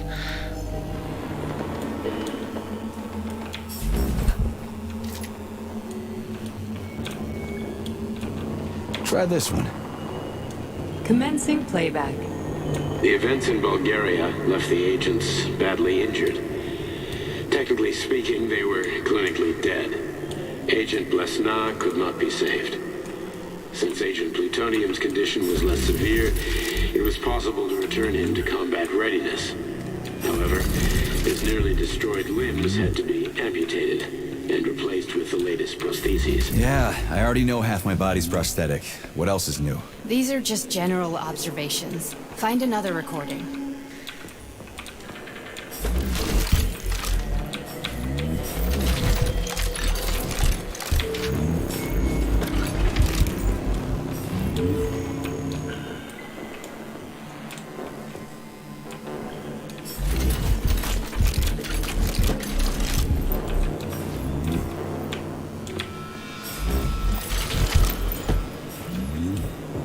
I don't know, maybe it's just me, but anytime a game gives me this much loot in one place, I get suspicious. About Noshkin. From Zakharina to Iosipova. This is really cruel, Maria. I get it, Noshkin is a pig, but this is just unprofessional. What if he actually goes to the supervisor, or even worse, Sechenov, and starts talking about how his work is magically cataloging itself? Then when they see who's doing it all and find out it's just a nasty prank, what are you going to tell them? That Noshkin seduced you in Gagra and wouldn't marry you, so you started sabotaging the lab? You need to stop. If anyone asks me about this, I won't cover for you. It's happening again, from Noshkin to Yosipova. I'm serious, Maria, it's happening again. My catalogs are splitting up and restructuring themselves on their own. I measured it, I've got a spreadsheet. I think the entire archive is operating like Kollektiv, only separately. What if we accidentally created a self-learning system that can think and make decisions? I mean, with all the other insane stuff going on here, does that really sound that crazy? I'm going to try to run a reverse Turing test on it. I haven't slept in 72 hours, but if I'm right, we're all getting a promotion. Archived Conversation 23. Agents Blesna and Plutonium are extremely valuable employees. Saving their lives is a top priority. I will perform the operation myself. Congratulations from Lab Supervisor to all. On behalf of Facility Management and myself personally, I would like to congratulate you on a magnificent beginning to this reporting period. Our close-knit team has proven yet again that a spirit of camaraderie and efficient teamwork can yield stunning results. In regard to the aforementioned, it is my pleasure to announce that this month every archive employee will receive a bonus, and in the interest of enlightenment, everyone will also receive complimentary tickets to Director Lashtokin's theatrical performance. Contact the venue for details. Thank you, comrades.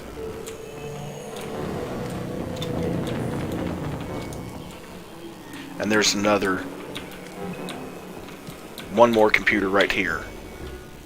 Important message. Let's go. B2. Important message number 2. Miss. A10. Message number 3. Give up already. B10. Are you nuts? Do you really think I can't see what you're doing from up here? And again, that one. Archive Conversation. If I've told you once, I've told you 1,000 times, Dmitry, I don't want a new body, and it has nothing to do with putting me on airs as you put it. There's just no point. I'm much more productive in this state.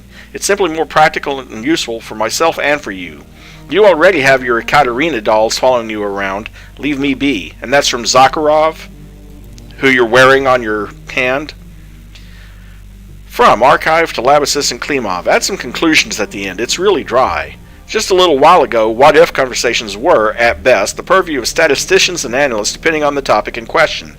But today, thanks to Lebedev's quantum systems, predicting alternate history has literally become a science. This has allowed us to get a very accurate report on the history of the Soviet Union and World War II if the party had not approved Sechenov's project to roboticize our troops in the late 30s. This theoretical report has received the designation 5P at the Academy of Consequences. Okay, now let's find that other record. Up.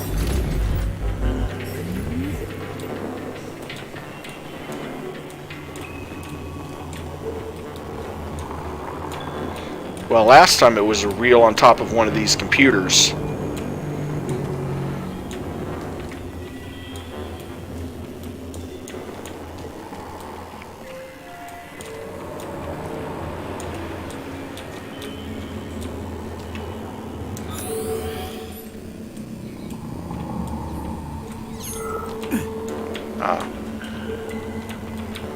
Thank goodness for that scan. Well, unfortunately that scan doesn't help me navigate around all this crap.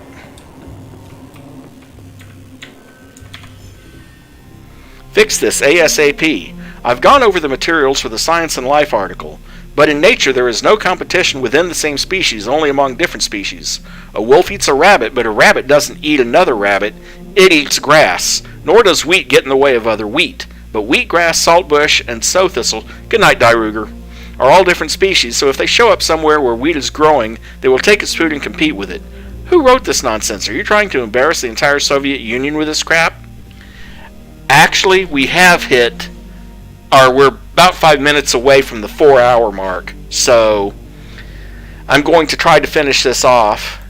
Complaint from Vavilov Complex Manager to Archivist Semishev. Dear Comrade Semishev, I am utterly stunned by your careless attitude to the censorship of materials that have been published following your consultation in a number of periodicals. References to the complex as cut off from real life or having a poor connection to our production facilities are simply false. Vavilov Complex is, first and foremost, a scientific institution that operates according to a specific plan. Our theoretical work is bound up in the most substantial way with practical issues related to seed cultivation and the facility's future designs. A man would have to be blind to deny the enormous accomplishments Vavilov's team has made in so little time and under such trying circumstances. The Institute's research is laying the foundation necessary to develop a real-world project to conquer new worlds. Going forward, please be more mindful of how our work is depicted in print. Report to Vavilov. Seeds in tons, processed and packed. Wheat, 30, none consumed. Buckwheat, 12, 2 consumed. Lithops, 6, none consumed. Eucalyptus, 9, rendered completely useless due to technician error. Sweet potatoes, 7, none consumed. Peas, 12, 4 out of 12, consumption not confirmed. Garlic, 15, consumed 3, rodents. Rats ate 3 tons of garlic. Dandelions, 40, none consumed. P.S. Double check this data, especially about the dandelions. It's clearly an error. What are we supposed to do with 40 tons of dandelions on Mars? Make dandelion wine? To submit to the archive. Project Hemlock has been halted and deemed unfit for further study.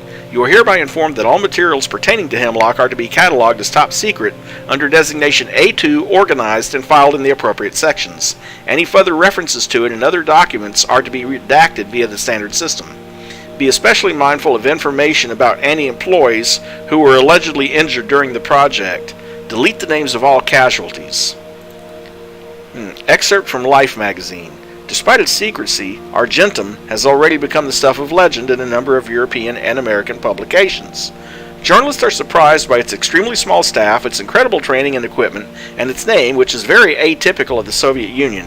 You've got to admit, compared to abbreviations like SMERSH and NKVD, it comes off as odd and clumsy. Rumors vary. The squad soldiers are described either as enormous red-eyed bears who eat children, or athletic blonde supermen, one look at whom would have driven Hitler to dissolve the Reich and admit the German Übermensch's defeat. They are a mystery and will remain one, but we can say this much for certain. Argentum is currently the best-trained Special Forces squad on Earth, and given the Soviet Union's plans, it could become the best-trained squad in the solar system before long. Archive Conversation 22. Comrade Sechenov. Following the events in Bulgaria, agents Blesna and Plutonium have both returned in a coma. They are in a vegetative state and not connected to the neural network. No signs of consciousness have been observed, awaiting your orders. Article by Tom Wolfe. Ray, your request for excerpts about the facility from foreign media. Washington Post, May 8, 1955. Article, The Soviet Union's Steel Frame by Tom Wolfe. Universal roboticization in the Soviet Union can be considered a most curious case of modern hypocrisy.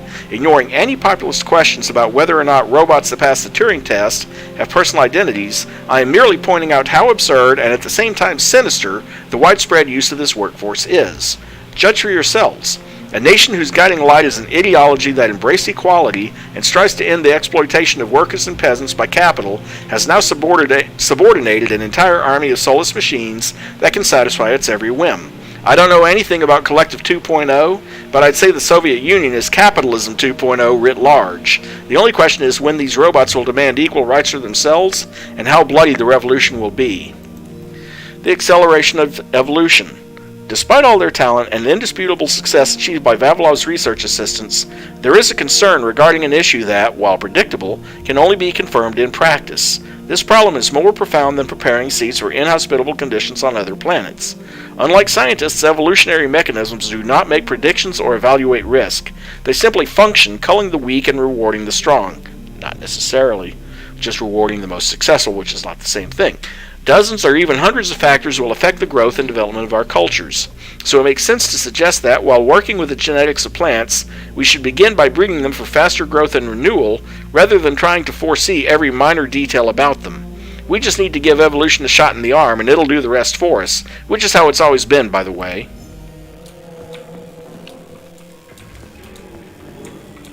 Let's see.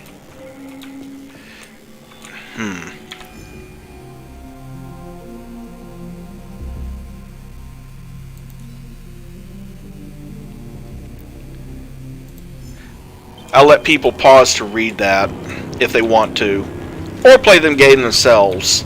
It's not anything relevant, and I kind of want to...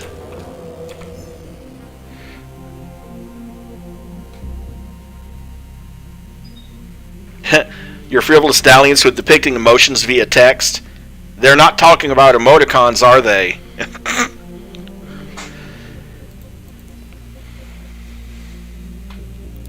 I read what you wrote about using a colon into parentheses to make a smiley face. Yep. Archived conversation number 10. And this is from Zakharov about installing them in an implantable module.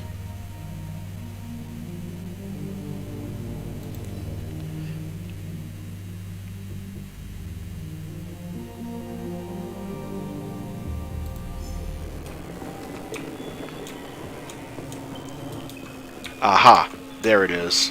Here's another one. What? Let me guess, there's going to be at least 3. And there's 2 more computers up here. Okay, play this one. Commencing playback. Following his recovery, the agent's personality was altered significantly, including his behavioral and speech patterns. Because of this, I made the decision to remove the agent from the Argentum unit. In order to prevent any possibility of memory recidivism, Plutonium received a new call sign, P3, and is now under my direct command and observation. P3's contact with Argentum has been kept to a minimum, and Argentum personnel have been warned against mentioning the call sign Blesna in P3's presence. Crispy. I'll get another one. What? Sechenov has you on a leash. He does whatever he wants with you. Listen, Doc, he saved my life. Do you think I don't know I'm a test subject? That's my job. So you're a volunteer, huh? Then why are you such a disobedient test subject? 'Cause before they always told me what they were doing. I'll go get another recording.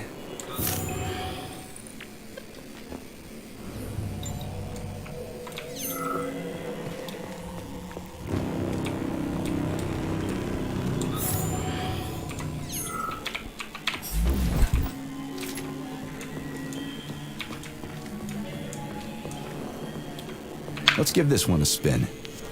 Procedure. Implant the Voskhod neuropolymer brain function extension. Objective. Total elimination of destructive impulses triggered by traumatic memories. Patient, Major Sergei Nechayev. Codename, Plutonium. Attempt number 3. The first 2 operations were unsuccessful. The patient suffered a severe brain injury in Bulgaria, which could not be repaired. The damage is of such severity that the patient will likely have to be euthanized. Did you hear that? He wanted to kill you. The frontal lobes are partially destroyed, causing the patient to experience bouts of uncontrollable rage. The patient's steel prostheses render him dangerous to those around him. And that's about your seizures. Due to the incidence of temporary insanity, the patient is immersed in a surreal psychedelic reality that prevents him from accepting the consequences of his aggressive behavior. I don't get it. Can you translate for me? You're not gonna like it. The patient experiences intense hallucinations. Did you see your wife again, my boy? How did you know that? Yet a Voskhod implant will give the patient artificial memories and allow him to overcome his obsession with his deceased wife. Your wife. It's all bullshit. I've never been married. With Voskhod, we can send the agent's consciousness into the imaginary world of limbo via a pulse aimed directly at his pituitary gland, switching the Major into combat mode on command. I'd like to add that I am strongly opposed. What a load of crap. I mean, there's no fucking way. I'm afraid there is. Sechenov can send your mind to your own private paradise with the push of a button. And my body? Your body will kill whoever he tells it to. Fucking horseshit. What about the hallucinations? Are they also Sechenov? No. The hallucinations are just your brain's defense mechanism. Why the hell should I believe any of this?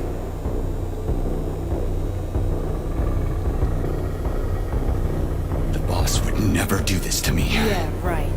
Just like he'd never wipe your wife's existence from your memory. Just like he'd never design Kollektiv to be a mind control system. Who said Sechenov did any of that stuff? You can't even tell who's in that chair. If you don't believe me, go ask him.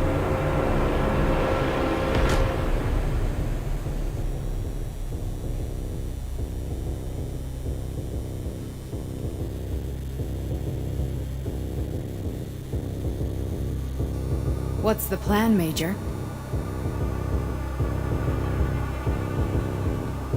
He's waiting for us at Chelomey. If we want to stop Sechenov, we'll have to string him along. So you bring me there as your captive, and then what?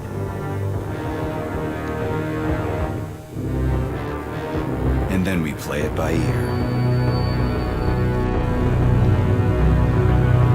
So that's how it is, Major. Think it over while I try to hack this elevator and get us back to the surface. Uh-huh. Okay, as soon as I get to another now, dickbag. Major, I have no data about this incident. Trying to make a monkey out of me, are you? Well, join the club. Don't have any data, huh? You've always known about all this. There's a reason you're called Charless, right? You're Char-a-ton. Zaharov, you son of a bitch. Got an explanation? Huh? There's nothing to explain, Major. You're just as much a Charless to me as I am a perfect stranger to you. First, Sechenov murdered me. Then he turned me into a blob of polymer goo. Then he brainwashed you and manipulated you. How could I trust either of you? That's why I pretended to be the chatting artificial librarian. I wanted to see who was who. Yeah, well, I guess I would have done the same. So what are we gonna do now, huh? What else can we do, Sergei?